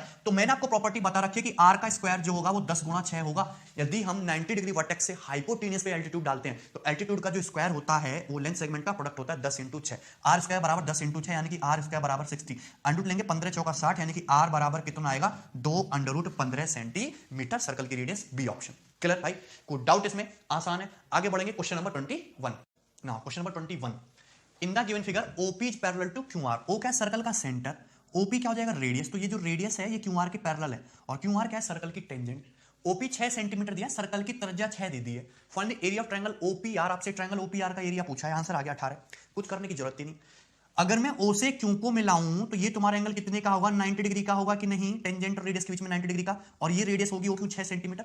अगर मैं ट्रायंगल ओपीआर के एरिया की बात करूं तो एरिया होता है ट्रायंगल का 1/2 base into height, triangle OPR का बेस क्या है ओपी 6, बेस क्या है 6, हाइट क्या होती है कि सामने वाले वर्टेक्स से तुम अपोजिट साइड पे परपेंडिकुलर डालो, सामने वाले वर्टेक्स से अपोजिट साइड पे जब तुम परपेंडिकुलर डालोगे तो ये परपेंडिकुलर भी तो रेडियस के बराबर ही आएगा 6, क्योंकि ये दोनों लाइन क्या है पैरेलल, दोनों पैरेलल लाइन के बीच की दूरी ही इस ट्रायंगल की हाइट 6 है जो कि रेडियस के बराबर है, तो 2 × 6 आंसर कितना आ गया 18, क्लियर, कोई डाउट इसमें, सो बहुत आसान easy question. Question number 22, question number 22 बहुत अच्छा सवाल है, एसएससी का पूछा हुआ, the radii of 2 concentric circles are 13 centimetre and 8 centimetre, तो 2 कंसेंट्रिक सर्कल हैं जिनकी रेडियस दी हुई है 13 सेंटीमीटर और 8 सेंटीमीटर, एक सर्कल ये हो गया और एक सर्कल हो गया आपका ये, इन दोनों की रेडियस दी हुई है 13 और 8, ठीक है। इसके बाद A B is the diameter of the bigger circle, आपको बड़े सर्कल का डायमीटर व्यास दिया है ए बी, तो ये हो गया तुम्हारा ए बी, दोनों सर्कल का सेंटर एक ही है तो ये हो गया ओ, दोनों सर्कल का सेंटर, ठीक है। BD is tangent to the smaller circle touching it at D, तो BD जो है तुम्हारे स्मॉलर सर्कल की टेंजेंट है जो इसको पॉइंट D पे टच करती है, ये पॉइंट हो गया आपका D, and the bigger circle eight E, और बिगर सर्कल बड़े वाले वृत्त को पॉइंट E पे टच करती है, point A joined to D, आपसे क्वेश्चन में बोला है कि पॉइंट A से D को मिला दीजिए, ये A से D को हमने मिलाया, आपसे पूछा है the length of AD is, AD की लंबाई क्या है, जब भी 2 कंसेंट्रिक सर्कल बनेंगे, 2 संकेंद्रीय वृत्त और डायमीटर इस तरीके से खींचा जाएगा, ऐसे बहुत सारे सवाल बन सकते हैं। एक चीज हमेशा ऑब्जर्व करना कि सेमी सर्कल में बना कोण 90 डिग्री होता है, यदि मैं आप यहां पे ए से ई को मिलाऊं, ए से ई को, तो ये एंगल कितना होगा आपका 90 डिग्री, ये एंगल कितना होगा आपका 90 डिग्री, क्लियर है, कोई डाउट इसमें, दिस एंगल इज 90 डिग्री, ये क्या है तुम्हारा ओ, ये तुम्हारा टेंजेंशियल पॉइंट है, तो ओ से डी को मिलाओगे तो ये एंगल भी कितना होगा 90 डिग्री, 90 डिग्री होगा, यानी कि ये तुम्हारी जो लाइन ए ई है ये तुम्हारी ओडी के पैरेलल हो जाएगी, ईबी पे 90 90 दोनों लाइन समांतर है, ठीक है, कोई दिक्कत नहीं। इसमें सर्कल्स की रेडियस कितनी बताई गई है, 8 और 13, तो छोटे वाले सर्कल की रेडियस 8 है और बड़े वाले सर्कल की रेडियस जो ओबी है वो 13 है, 13 हो गया। आपको यहां पे दो ट्रायंगल दिखाई दे रहे होंगे सिमिलर, ध्यान से समझना, ये 90 ये 90, ये वाला एंगल कॉमन, तीसरा एंगल ऑटोमेटिकली इक्वल, दो ट्रायंगल सिमिलर, सिमिलरिटी हर जगह है। Triangle BDO, triangle BEA, triangle BDO, triangle BEA, दोनों ट्रायंगल सिमिलर हैं। कैसे? 90 90, ये वाला एंगल कॉमन, तीसरा एंगल ऑटोमेटिकली इक्वल। जब सिमिलर है तो करस्पॉन्डिंग साइड का रेशियो भी बराबर होगा। अगर मैं यहां पे बात करूं, साइड 13 ये साइड 8 है, तो बीडी कितना हो जाएगा पाइथागोरस से, 169 माइनस 64 अंडर रूट 105। बीडी की लंबाई कितनी हो जाएगी, अंडर रूट 105। बीडी की लंबाई कितनी हो जाएगी, अंडर रूट 105, अंडर रूट 105। अगर हम ट्राइंगल ओडीबी, ट्राइंगल एईबी को ध्यान से देखें, दोनों ट्राइंगल सिमिलर तो हैं, करस्पॉन्डिंग साइड का रेशियो देखो, ओ से बी तक क्या है सर्कल की रेडियस, बड़े वाले की ए से बी तक क्या है सर्कल का डायमीटर। रेडियस, डायमीटर जो होता है रेडियस का डबल होता है, यानी कि छोटे ट्रायंगल की साइड ओबी और बड़े ट्रायंगल की करस्पॉन्डिंग साइड एबी का जो रेशियो है वो 1:2 है। कितना? 1:2। छोटे वाले सर्कल की, सॉरी, बड़े वाले सर्कल की रेडियस ये और डायमीटर ये, तो छोटे ट्रायंगल की ये साइड एबी, बड़े ओबी और बड़े ट्रायंगल की साइड एबी में रेशियो 1:2 का है। अगर ये 13 है तो एओबी आपका 13 ही होगा, ये बात तो सबको पता है। ये 8 है, ये अगर 8 है तो एई की लंबाई कितनी होनी चाहिए, 16। एई की लंबाई कितनी होनी चाहिए, 16। करस्पॉन्डिंग साइड का रेशियो 1:2 होगा। अगर यहाँ पे ओबी 1 यूनिट है, एबी 2 यूनिट है, तो 1 और 2 के रेशियो में, ये भी 1 और 2 के रेशियो में, 8 और 16 1:2 के रेशियो में। अब ये तुम्हारा पैरेलल लाइन है, ओ मिड पॉइंट है, तो मिड पॉइंट थ्रम से √ 105, तो ईडी भी कितना आएगा, √105। ईडी भी कितना आएगा, √105। भाई ये तुम्हारा दोनों पैरेलल लाइन है, ओ मिड पॉइंट है, जाके अपोजिट साइड को मिड पॉइंट पर ही मिलेगा। बीडी √105, तो ईडी भी √105। आपसे पूछा है एडी की लंबाई, राइट एंगल ट्रायंगल दिख रहा है एईडी, त्रिभुज एईडी, त्रिभुज एईडी में ये जो है एडी, एडी का स्क्वायर बराबर हो जाएगा √16 का स्क्वायर प्लस √105 का होल स्क्वायर। 16 का स्क्वायर प्लस √105 का होल स्क्वायर। 16 का स्क्वायर 256 और √105 का होल स्क्वायर 105। ये कितना हो जाएगा आपका, √361। एडी की लंबाई कितनी आ जाएगी, √361, जो कि कितना हो जाएगा, 19। एडी की जो लेंथ है वो कितनी आएगी, 19। बी ऑप्शन, बी ऑप्शन आपका करेक्ट आंसर है। क्लियर? कोई समस्या इसमें? सिमिलरिटी आपको यहां पे लग रही थी, एक बात ध्यान रखना कि इस तरीके से आप कंसेंट्रिक सर्कल्स बनाओगे, डायमीटर खींचोगे, दो ट्रायंगल बनेंगे हमेशा और उनमें करस्पॉन्डिंग साइड का रेशियो 1:2 होगा। तो ये 8 ये 16, ये 8 ये 16, ये बहुत इंपॉर्टेंट पॉइंट था। ये 90 ये 90। क्लियर है? आगे बढ़ेंगे। नेक्स्ट सवाल, क्वेश्चन नंबर 23। क्वेश्चन नंबर 23 बहुत ही आसान क्वेश्चन है, ध्यान से समझना। मैं आपको इसको दो तरीके से कराऊंगा। मेंस 2017 के पेपर का पूछा हुआ है एक ऐसा सवाल, इसको वर्बली सॉल्व कर सकते हो, पेन भी उठाने की जरूरत नहीं है। In the given figure A B 40 दिए गए चित्र में ए बी की वैल्यू 40, सी डी की value 32, find M N, M N की लंबाई पूछी है। दो सर्कल है, दोनों सर्कल कंसेंट्रिक संकेंद्रीय वृत्त है। बड़े वाले सर्कल की कॉर्ड है ए बी, जो छोटे सर्कल की भी कॉर्ड है सी डी, और छोटे वाले सर्कल की टेंजेंट खींची गई है और बड़े सर्कल की क्या है, कॉर्ड। एम एन की लंबाई पूछी है। अच्छा ध्यान से सुनना, ये रहे आपके दो सर्कल जो कंसेंट्रिक हैं, ये रहे आपके दो सर्कल। बड़े वाले सर्कल की ये कॉर्ड हो गई आपकी ए बी और छोटे वाले सर्कल की कॉर्ड हो गई सी डी। ठीक है, दोनों सर्कल के सेंटर्स ये हो गया आपका ओ। क्वेश्चन में बोला गया है, क्या बोला गया क्वेश्चन में, सीडी की लेंथ 32, तो सी से डी तक है आपका 32, सीडी की लेंथ है 32। ए से बी तक, ए बी कितना बोला गया, 40। यदि ए बी 40 है तो सीडी 32 है, तो बाकी बचा खुचा कितना बचा, 8। जो लेंथ एसी की होगी वही लेंथ बीसी की होगी, तो एसी कितना आ जाएगा, 4। एसी की लेंथ आ जाएगी 4 सेंटीमीटर। बीडी भी कितना हो जाएगा, 4 सेंटीमीटर। को डाउट? एसी की लेंथ कितनी आ जाएगी, 4 सेंटीमीटर। अच्छा, आपको छोटे वाले सर्कल की टेंजेंट की लंबाई निकालनी है जो बड़े सर्कल की कॉर्ड है। मैंने आपको हमेशा हर बात एक बात बोली कि जहां भी ये लाइन देखिए, पी इज एनी पॉइंट, कहीं भी उसको रख सकते हो। हमको नहीं पता कि छोटे वाले सर्कल की जो टेंजेंट है एमएन, ये किस बिंदु पे खींची गई है। ये बिंदु ई, इसको खुद ही पता नहीं है कि मैं हूं कहां, बस इतना पता है कि ये टेंजेंट है, ये टेंजेंट है छोटे सर्कल की। तो यदि मैं इस टेंजेंट को, इस पॉइंट एम को खिसका के मैं इस तरीके से ले आऊं और मैं टेंजेंट आपकी इस तरीके से खींचे, तो कोई फर्क पड़ेगा क्या? जब पता ही नहीं है ये टेंजेंट है, मतलब मैं पॉइंट एम को ए पे ले आया, ये ई हो गया और ये एन हो गया। क्लियर है? इस तरीके से मैंने कर दिया। इस टेंजेंट एमएन को मैं पॉइंट ए पे ले आया, मैंने टेंजेंट यहां पे इस तरीके से खींची है आपकी, कोई फर्क पड़ेगा? कोई फर्क नहीं पड़ेगा, सेम कहानी है एज इट इज। क्योंकि ई एनी पॉइंट, मतलब एनी पॉइंट कहीं से भी टेंजेंट निकाल सकते हो, मैंने पॉइंट ए से निकाल दी। और मैंने आपको बताई थी टेंजेंट सीकेंट प्रॉपर्टी। क्या बताई थी हमने? टेंजेंट सीकेंट प्रॉपर्टी सभी को बताई थी। सर्कल, छोटा सर्कल, छोटे सर्कल के बाहर पॉइंट ए से सीकेंट है आपकी, ये दिख रही है, सॉरी सीकेंट है आपकी एसीडी, टेंजेंट है ए। तो टेंजेंट ए का जो स्क्वायर होगा बराबर AC, that means 4 into AD, यानी कि 36, 32 + 4 36। तो ए की जो लंबाई हो जाएगी वो कितनी हो जाएगी तुम्हारी, 12। ए की लंबाई 12, 36 × 140 अंडर रूट लेंगे 12। ए की लेंथ 12 आ गई, दी ए की लेंथ 12 है, तो EN की लेंथ भी कितनी होगी, 12। सेंटर से इस पे तुम लंब डालोगे ना तो बाइसेक्ट करेगा ना, बाइसेक्ट करेगा जीवा को, 12 12। तो पूरा MN कितना हो जाएगा, 12 + 12 24, कितना हो जाएगा, 24। अरे कोई डाउट है इसमें किसी को? क्लियर है? कोई डाउट, समस्या? चलिए, तो ये था इस क्वेश्चन को करने का फर्स्ट मेथड। दूसरा क्या, ये हमेशा ट्रिपलेट बनाएगा, ए बी 40 है, सी डी 32 है, तो 3 4 5 ट्रिपलेट होता है। 8 से मल्टीप्लाई कर दीजिए, 8 3 24, 8 4 32, 8 5 40, ये 40 दे रखा है, ये 32, ये कितना है, 24 आंसर। पेन भी उठाने की जरूरत नहीं थी क्योंकि ये एक फिक्स्ड थ्योरम है। चूंकि ये थ्योरम है इसलिए हमने इसको शिफ्ट कर पाए। अदरवाइज अपनी मर्जी से नहीं कर सकते, ठीक है। जहां पे लेंथ वगैरह फिक्स होती है वहां पे नहीं कर सकते, जहां पे एनी पॉइंट वो थ्योरम में कहीं भी ले जाइए। दूसरा जो प्रॉपर मेथड है इस सवाल को करने का वो देखते हैं। मैंने मान लिया कि छोटे सर्कल की रेडियस है स्मॉल आर, तो ये हो गया स्मॉल आर। मैंने मान लिया कि बड़े सर्कल की रेडियस है कैपिटल आर, तो ये हो गया कैपिटल आर। मैंने यहां से इस पे परपेंडिकुलर डाला और ये परपेंडिकुलर चला गया आपका ओपी, ये परपेंडिकुलर हो गया आपका ओपी। इसको मान लिया मैंने एक्स, इसको मान लिया मैंने एक्स। सीडी कॉर्ड की लंबाई 32 है तो सीपी कितना हो जाएगा 16। एबी कॉर्ड की लंबाई 40 है तो एपी कितना हो जाएगा हाफ 20। क्लियर है भाई, 20 हो जाएगा। सर्कल के सेंटर से जीवा पे डाला गया लंब जीवा को क्या करता है, बाइसेक्ट करता है। अच्छा मुझे यहां पे दो राइट एंगल ट्रायंगल दिख रहे हैं भाई, दो right angle triangle, triangle OPC triangle OPA, triangle OPC triangle OPA, दो राइट एंगल ट्रायंगल है जिनमें साइड ये जो एक्स है ये कॉमन है। तो यदि मैं एक्स स्क्वायर की वैल्यू निकालूं पाइथागोरस थ्योरम से, तो छोटे वाले ट्रायंगल से क्या आएगा, छोटे वाले ट्रायंगल से आएगा आर स्क्वायर माइनस 16 स्क्वायर। बड़े वाले ट्रायंगल से क्या आएगा एक्स स्क्वायर की वैल्यू, बड़े वाले ट्रायंगल से आएगा capital R square minus 20 square, capital R square minus 20 square. Clear है। तो यहां से आप देखोगे क्या देखोगे, capital R square minus small R square की जो वैल्यू है वो कितनी होगी, 20 स्क्वायर माइनस 16 स्क्वायर के बराबर होगी। Capital R square minus small R square की वैल्यू 20 स्क्वायर माइनस 16 स्क्वायर के बराबर होगी, यानी कि कितना 12 का स्क्वायर। 20 स्क्वायर माइनस 16 स्क्वायर होता है क्या, 12 का स्क्वायर, ट्रिपलेट ही है तो ट्रिपलेट ही है ना, 20 स्क्वायर माइनस 16 स्क्वायर 12 का स्क्वायर होगा। क्लियर है। अच्छा क्वेश्चन ये भी बन सकता था कि आपसे ये एरिया पूछ लेता, दोनों सर्कल के बीच में जो रिंग बननी ना, रिंग का एरिया पूछ लेता, तो बड़े वाले सर्कल के एरिया में से छोटे वाले सर्कल का एरिया माइनस कर दो, यानी कि सिर्फ यदि आप यहां पे पाई और चिपका दो ना, पाई कैपिटल आर स्क्वायर बड़े सर्कल का area, pi small R square छोटे सर्कल का एरिया, 12 स्क्वायर 144 पाई, तो आ जाएगा दोनों सर्कल के बीच का क्षेत्रफल यानी कि रिंग का एरिया। ये सवाल भी बन सकता है। ठीक, आपसे पूछिए ये जो छोटे सर्कल की टेंजेंट एम है ना, बड़े सर्कल की कॉर्ड एम एन की लंबाई, यदि मैं यहां से परपेंडिकुलर डालूंगा ई पे तो ये 90 डिग्री का एंगल बनेगा। छोटे सर्कल की रेडियस कितनी स्मॉल आर, ओ से एन को मिलाऊंगा बड़े सर्कल की रेडियस कैपिटल आर, तो ये जो ई एन है, ई एन की जो लंबाई होगी वो कितनी आएगी पाइथागोरस से, under root capital R square minus small R square, under root capital R square minus small R square, जो कि कितना है 12, जो कि कितना हो जाएगा 12, यानी कि ई एन की लंबाई कितनी है 12। सिमिलरली ई एम की लंबाई भी कितनी है 12, एम एन हो जाएगा 12 प्लस 12 यानी कि 24, यानी कि बी ऑप्शन, यानी कि बी ऑप्शन। ये इस क्वेश्चन को करने का प्रॉपर मेथड था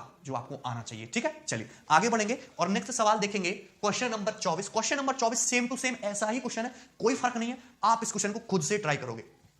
next question number 25 and question number 25 is very very important, बहुत बढ़िया सवाल है। इसको करने के बहुत सारे तरीके हो सकते हैं, आप कोसाइन रूल लगा सकते हो यहाँ पे और बहुत सारी चीजें हो सकती हैं, पर मैं आपको इस क्वेश्चन को करने का बेस्ट मेथड बताऊंगा और इस टाइप के बहुत सारे सवाल आपके पेपर में बन सकते हैं, मैं आगे कराऊंगा भी शीट्स में। उन सब के लिए एक ही मेथड आपको लगाना है, दैट मींस सिमिलैरिटी। सिमिलैरिटी आपको आनी चाहिए। इन the given figure triangle PQR is equilateral, दिए गए चित्र में पीक्यूआर का एक समबाहु त्रिभुज है, तीनों साइड बराबर, एसटी की लंबाई 4, टीपी की लंबाई 6, तो ट्रायंगल पीक्यूआर का एरिया पूछा है, इक्विलेटरल ट्रायंगल का क्षेत्रफल पूछा है। कोई प्रीवियस क्वेश्चन नहीं है, ये नया सवाल है। ठीक है, खुद बनाया हमने, ध्यान से समझना है आपको और इसको कैसे अटेम्प्ट करना है वो भी समझेंगे। कि जैसा आपके सामने डायग्राम दिया है PQR equilateral triangle, equilateral triangle की तीनों साइड बराबर, पीक्यू क्यूआर और पीआर, क्या मान लिया मैंने स्मॉल है, ये भी स्मॉल हो गया, ये भी स्मॉल हो गया, ये भी स्मॉल हो गया, कोई समस्या। ठीक है, अगर मैं यहां पे टी से क्यू को मिला दूं, अगर मैं यहां पे टी से क्यू को मिला दूं, इस तरीके से मिला सकते हैं, कोई दिक्कत नहीं है, टी से क्यू को मिला देंगे तो ये एंगल कितने का हो जाएगा आपका, मुझे बताइए। ये एंगल कितने का हो जाएगा 120 डिग्री का, कितने का 120, क्यों, क्योंकि इक्विलेटरल ट्रायंगल का ये एंगल 60 है, हर एक angle 60, P R Q T, P R Q T cyclic, अगर ये 60 तो ये कितना हो जाएगा 120 और सवाल खत्म। कैसे, ये 120 डिग्री है, ये 60 इक्विलेटरल ट्रायंगल का, तो ये कितना हो जाएगा एक्सटीरियर, एक्सटीरियर कितना हो जाएगा, ये पूरा 120 डिग्री होगा, कितना होगा ये 120 degree, what is this 120 degree. Clear है भाई 120। नाउ आपको यहां पे दो ट्रायंगल दिखाई दे रहे होंगे, ध्यान से देखना, triangle T Q P, triangle T Q P और पूरा बड़ा triangle triangle S Q P, triangle S Q P, दोनों ट्रायंगल सिमिलर हैं, समरूप कैसे, दोनों ही ट्रायंगल में ये 120 ये वाला एंगल दोनों ही ट्रायंगल में कॉमन है, कॉमन दिखा। तीसरा एंगल ऑटोमेटिकली इक्वल होगा, छोटे वाले ट्रायंगल का तो ये वाला और बड़े वाले ट्रायंगल का ये वाला इक्वल होगा। सिमिलर ट्रायंगल आपको दिख रहे हैं, triangle T Q P 120, triangle T Q P और ट्रायंगल एस क्यू पी 120 ये वाला एंगल कॉमन, तीसरा एंगल ऑटोमेटिकली इक्वल, दोनों ट्रायंगल सिमिलर हैं और जब सिमिलर हैं तो कॉरेस्पॉन्डिंग साइड का रेशियो बराबर। आपको क्वेश्चन में एसटी की लंबाई दी गई है 4, आपको क्वेश्चन में टीपी की लंबाई दी गई है 6, यही दी गया है क्वेश्चन में 6। यदि हम सिमिलरिटी लगाएं तो छोटे वाले ट्रायंगल में 120 डिग्री के सामने ए, 120 डिग्री के सामने ए, बड़े वाले ट्रायंगल में 120 डिग्री के सामने 10, 6 + 4 10, कोई समस्या। छोटे वाले ट्रायंगल में इस एंगल के सामने ये जो इक्वल एंगल है इसके सामने कितना है 6, बड़े वाले ट्रायंगल में सेम इसी एंगल के सामने क्या, इक्विलेटरल ट्रायंगल की साइड स्मॉल ए, साइड स्मॉल है, तो यहां से ए स्क्वायर बराबर कितना आ जाएगा 6 × 10 60, ए स्क्वायर की वैल्यू कितनी आ जाएगी 60। आपसे पूछा इक्विलेटरल ट्रायंगल का एरिया, यदि इक्विलेटरल ट्रायंगल की साइड पूछी जाती तो आंसर क्या होता, √60, आंसर क्या होता √60। क्लियर है, विदाउट, लेकिन यहां से इक्विलेटरल ट्रायंगल का एरिया पूछा, कुछ नहीं करना, दोनों तरफ √3/4 चिपका दीजिए, दोनों तरफ √3/4 चिपका दीजिए।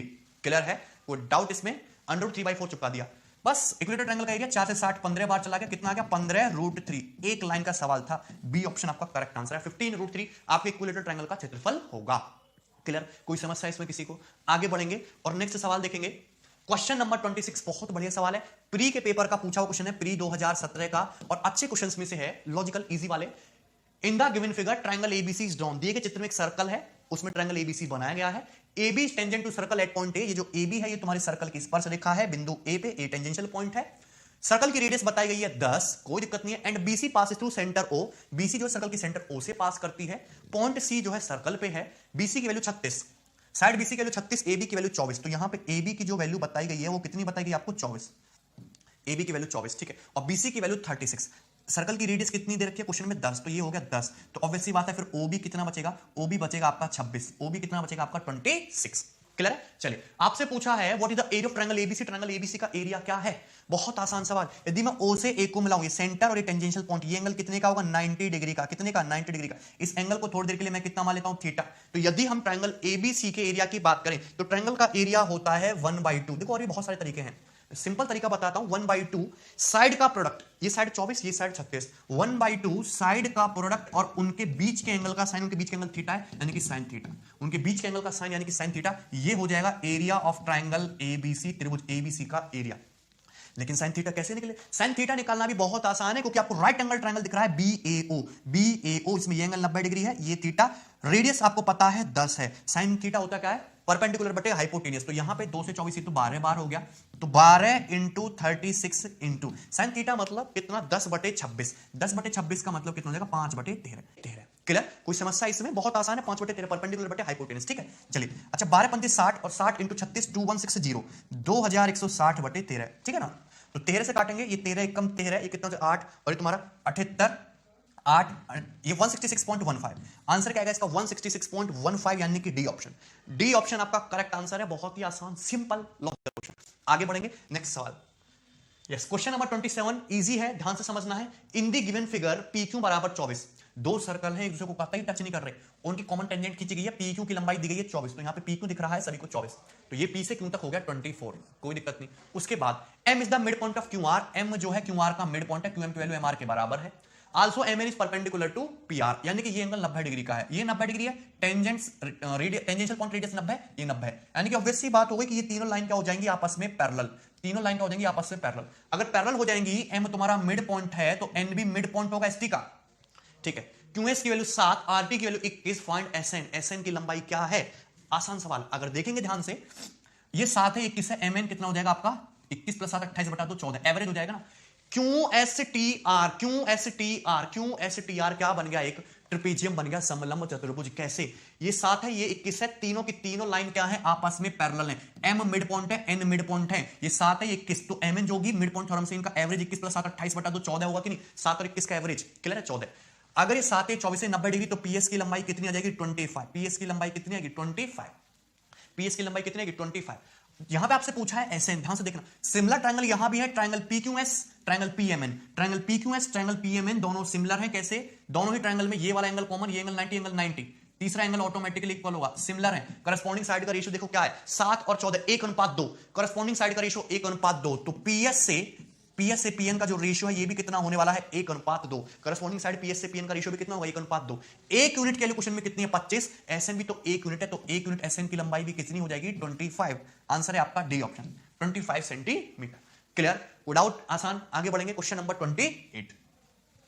यस, क्वेश्चन नंबर 28 एक सेल्फ क्रिएटेड क्वेश्चन है जो बहुत बेहतरीन है, मजेदार पेपर में आ सकता है। सेम क्वेश्चन देखेंगे ध्यान से। In the given figure 2 tangent are drawn from a point B to the circle at point A and D। आपके पास एक सर्कल है, सर्कल के बाहर कोई पॉइंट B है, पॉइंट B से 2 टेंजेंट BA और BD खींची गई हैं, दोनों की लंबाई बराबर होगी, यानी कि BA बराबर किसके होगा? BD के, ठीक। उसके बाद AM कितना दिया है आपको? 10, तो AM की लंबाई दी है आपको 10। MC की लेंथ कितनी दी है आपको? 8। Find the length of AB की लंबाई आपसे पूछी है। A टेंजेंशियल पॉइंट है और ये M और AC, ठीक है। अब ध्यान से समझना, सर्कल के बाहर पॉइंट C, सर्कल के बाहर पॉइंट C से टेंजेंट खींची गई है CD, देखिए टेंजेंट, और पॉइंट C से सीकेंट खींची गई है CMA। तो टेंजेंट सीकेंट प्रॉपर्टी से ये जो टेंजेंट CD का स्क्वायर है बराबर होगा किसके? CM इंटू CA के। तो CD का स्क्वायर बराबर CM यानी कि 8 और CA यानी कि 18 है, तो CD आ जाएगा तुम्हारा 12। CD की लंबाई कितनी आ गई 12 सेंटीमीटर, तो ये C से D तक की जो डिस्टेंस है ये 12 है, C से D तक की जो डिस्टेंस है ये 12 है ना। लेकिन आपसे तो पूछा है किसकी, AB की लंबाई पूछी है, AB की। आपको यहां पे दो ट्रायंगल दिखाई देते हैं, ट्रायंगल कौन सा, अच्छा ए से यदि मैं ओ को मिलाऊं ये 90 और यदि मैं ओ से डी को मिलाऊं ये 90, दो ट्रायंगल दिखाई देते हैं, ऊपर नीचे कॉन्ग्रुएंट होते हैं, सर्वांग सम आपको पता होना चाहिए था। Triangle OBA, triangle OBD, triangle OBA, triangle OBD, OB OBD सर्वांग सम है भाई, 90 90 रेडियस रेडियस, ओबी कॉमन सर्वांग सम है। अगर सर्वांग सम है तो ये ऊपर वाला एंगल अल्फा, ये अल्फा, यानी कि ये जो लाइन है तुम्हारी ओबी, ये क्या एंगल बाइसेक्टर, क्या है लाइन, एंगल बाइसेक्टर, ये आपको पता होना चाहिए था, this line is angle bisector. अगर लाइन एंगल बाइसेक्टर है तो ट्रायंगल एबीसी में, त्रिभुज एबीसी में ध्यान से देखना, ट्रायंगल एबीसी में, ट्रायंगल एबीसी में ध्यान से देखना, ये लाइन एंगल बाइसेक्टर है, 10 है 8 है, तो इंटीरियर एंगल बाइसेक्टर थ्योरम से अगर तुम एंगल बाइसेक्टर खींचोगे 10 है 8 है 5:4, क्या है 5:4, कितना है 5:4, तो एंगल को बनाने वाली साइड यानी कि AB से ये जो BC है इसका रेशियो भी 5:4 होगा, कितना होगा 5:4। AB से ये जो एंगल बनाने वाली साइड है BC का रेशियो भी 5:4 होगा, इंटीरियर एंगल बाइसेक्टर थ्योरम से AB बाई BC भी कितना हो जाएगा तुम्हारा 5:4। पर टेंजेंट तो बराबर होती है सर्कल के बाहर से, टेंजेंट तो बराबर होती है सर्कल के बाहर से, तो अगर तुम्हारा BA 5 यूनिट है तो BD भी 5 यूनिट होगा, BD भी 5 यूनिट होगा, BC 4 है तो CA कितना बचा तुम्हारा 1, तो क्वेश्चन में 1 यूनिट की वैल्यू कितनी दे रखी है 12, CD कितना बचा तुम्हारा 1 यूनिट भाई 4, BD तुम्हारा 5 है तो 1 यूनिट की वैल्यू 12, आपसे पूछा है AB है 5 यूनिट, 5 यूनिट की वैल्यू 12 पंजे 60, 5 यूनिट की वैल्यू 60 सेंटीमीटर, ये बी ऑप्शन आपका करेक्ट आंसर है। बहुत आसान, लॉजिकल और अच्छा क्वेश्चन था। ठीक है, आगे बढ़ेंगे, next question number 29। Question number 29 को ध्यान से समझना, प्री के पेपर का पूछा हुआ है, कंसेप्ट मैं आपको ऑलरेडी डिस्कस कर चुका हूं कि यदि कोई क्वाड्रिलेटरल सर्कल के अबाउट सर्कमस्क्राइब्ड है तो आमने सामने की जो साइड होते हैं क्वाड्रिलेटरल की उनका सम बराबर होता है, उनका सम इक्वल होता है। ठीक है, यहां पे क्वाड्रिलेटरल दिखाया गया ABCD और उसमें ये सर्कल को सर्कमस्क्राइब करता है, फिर इसके अंदर एक सर्कल है, AB की वैल्यू कितनी बताई गई है आपको 2x + 3, BC की वैल्यू कितनी बताई गई है आपको 3x - 1, CD की वैल्यू कितनी बताई गई है x + 6 एंड DA की वैल्यू कितनी बताई गई है x + 4, यही है। अगर ध्यान से देखिए तो इक्वल होना चाहिए आमने सामने की साइड का सम, यानी कि AB + CD बराबर होगा BC + AD के, यही होगा। AB + CD करेंगे तो कितना हो जाएगा 3x + 9, 3x + 9 बराबर होगा BC + AD यानी कि तुम्हारा 4x + 3, 4x + 3, इधर आ जाएगा 9 - 3 6 बराबर 4x - 3, x की वैल्यू कितनी आ जाएगी 6, यानी कि सी ऑप्शन आपका करेक्ट आंसर है। कुछ भी करने की जरूरत नहीं थी, बहुत आसान सवाल था। ऐसे क्वेश्चंस भी आपके पेपर में आते हैं, प्री के पेपर में ऐसे क्वेश्चन भी मैं कराता हूं, ऐसी बात नहीं कि सारे क्वेश्चन टफ होते हैं। अगर मैं 40 सवाल आपको कराता हूं तो 40 में से 10-12 क्वेश्चन आपके प्री के लेवल से होते हैं और 10-15 क्वेश्चन आपके मॉडरेट होते हैं, बाकी मैं अच्छे क्वेश्चन तो कराता ही हूं। ठीक है, तो बस हमारे साथ बने रहें, सारी बुकों को साइड कर दी, शीट को बस फॉलो करें और कुछ किसी रिसोर्स की जरूरत नहीं है, मैं अपनी तरफ से 100% डालने की कोशिश कर रहा हूं भाई। ध्यान रखिए अपना, टेक केयर, बाय।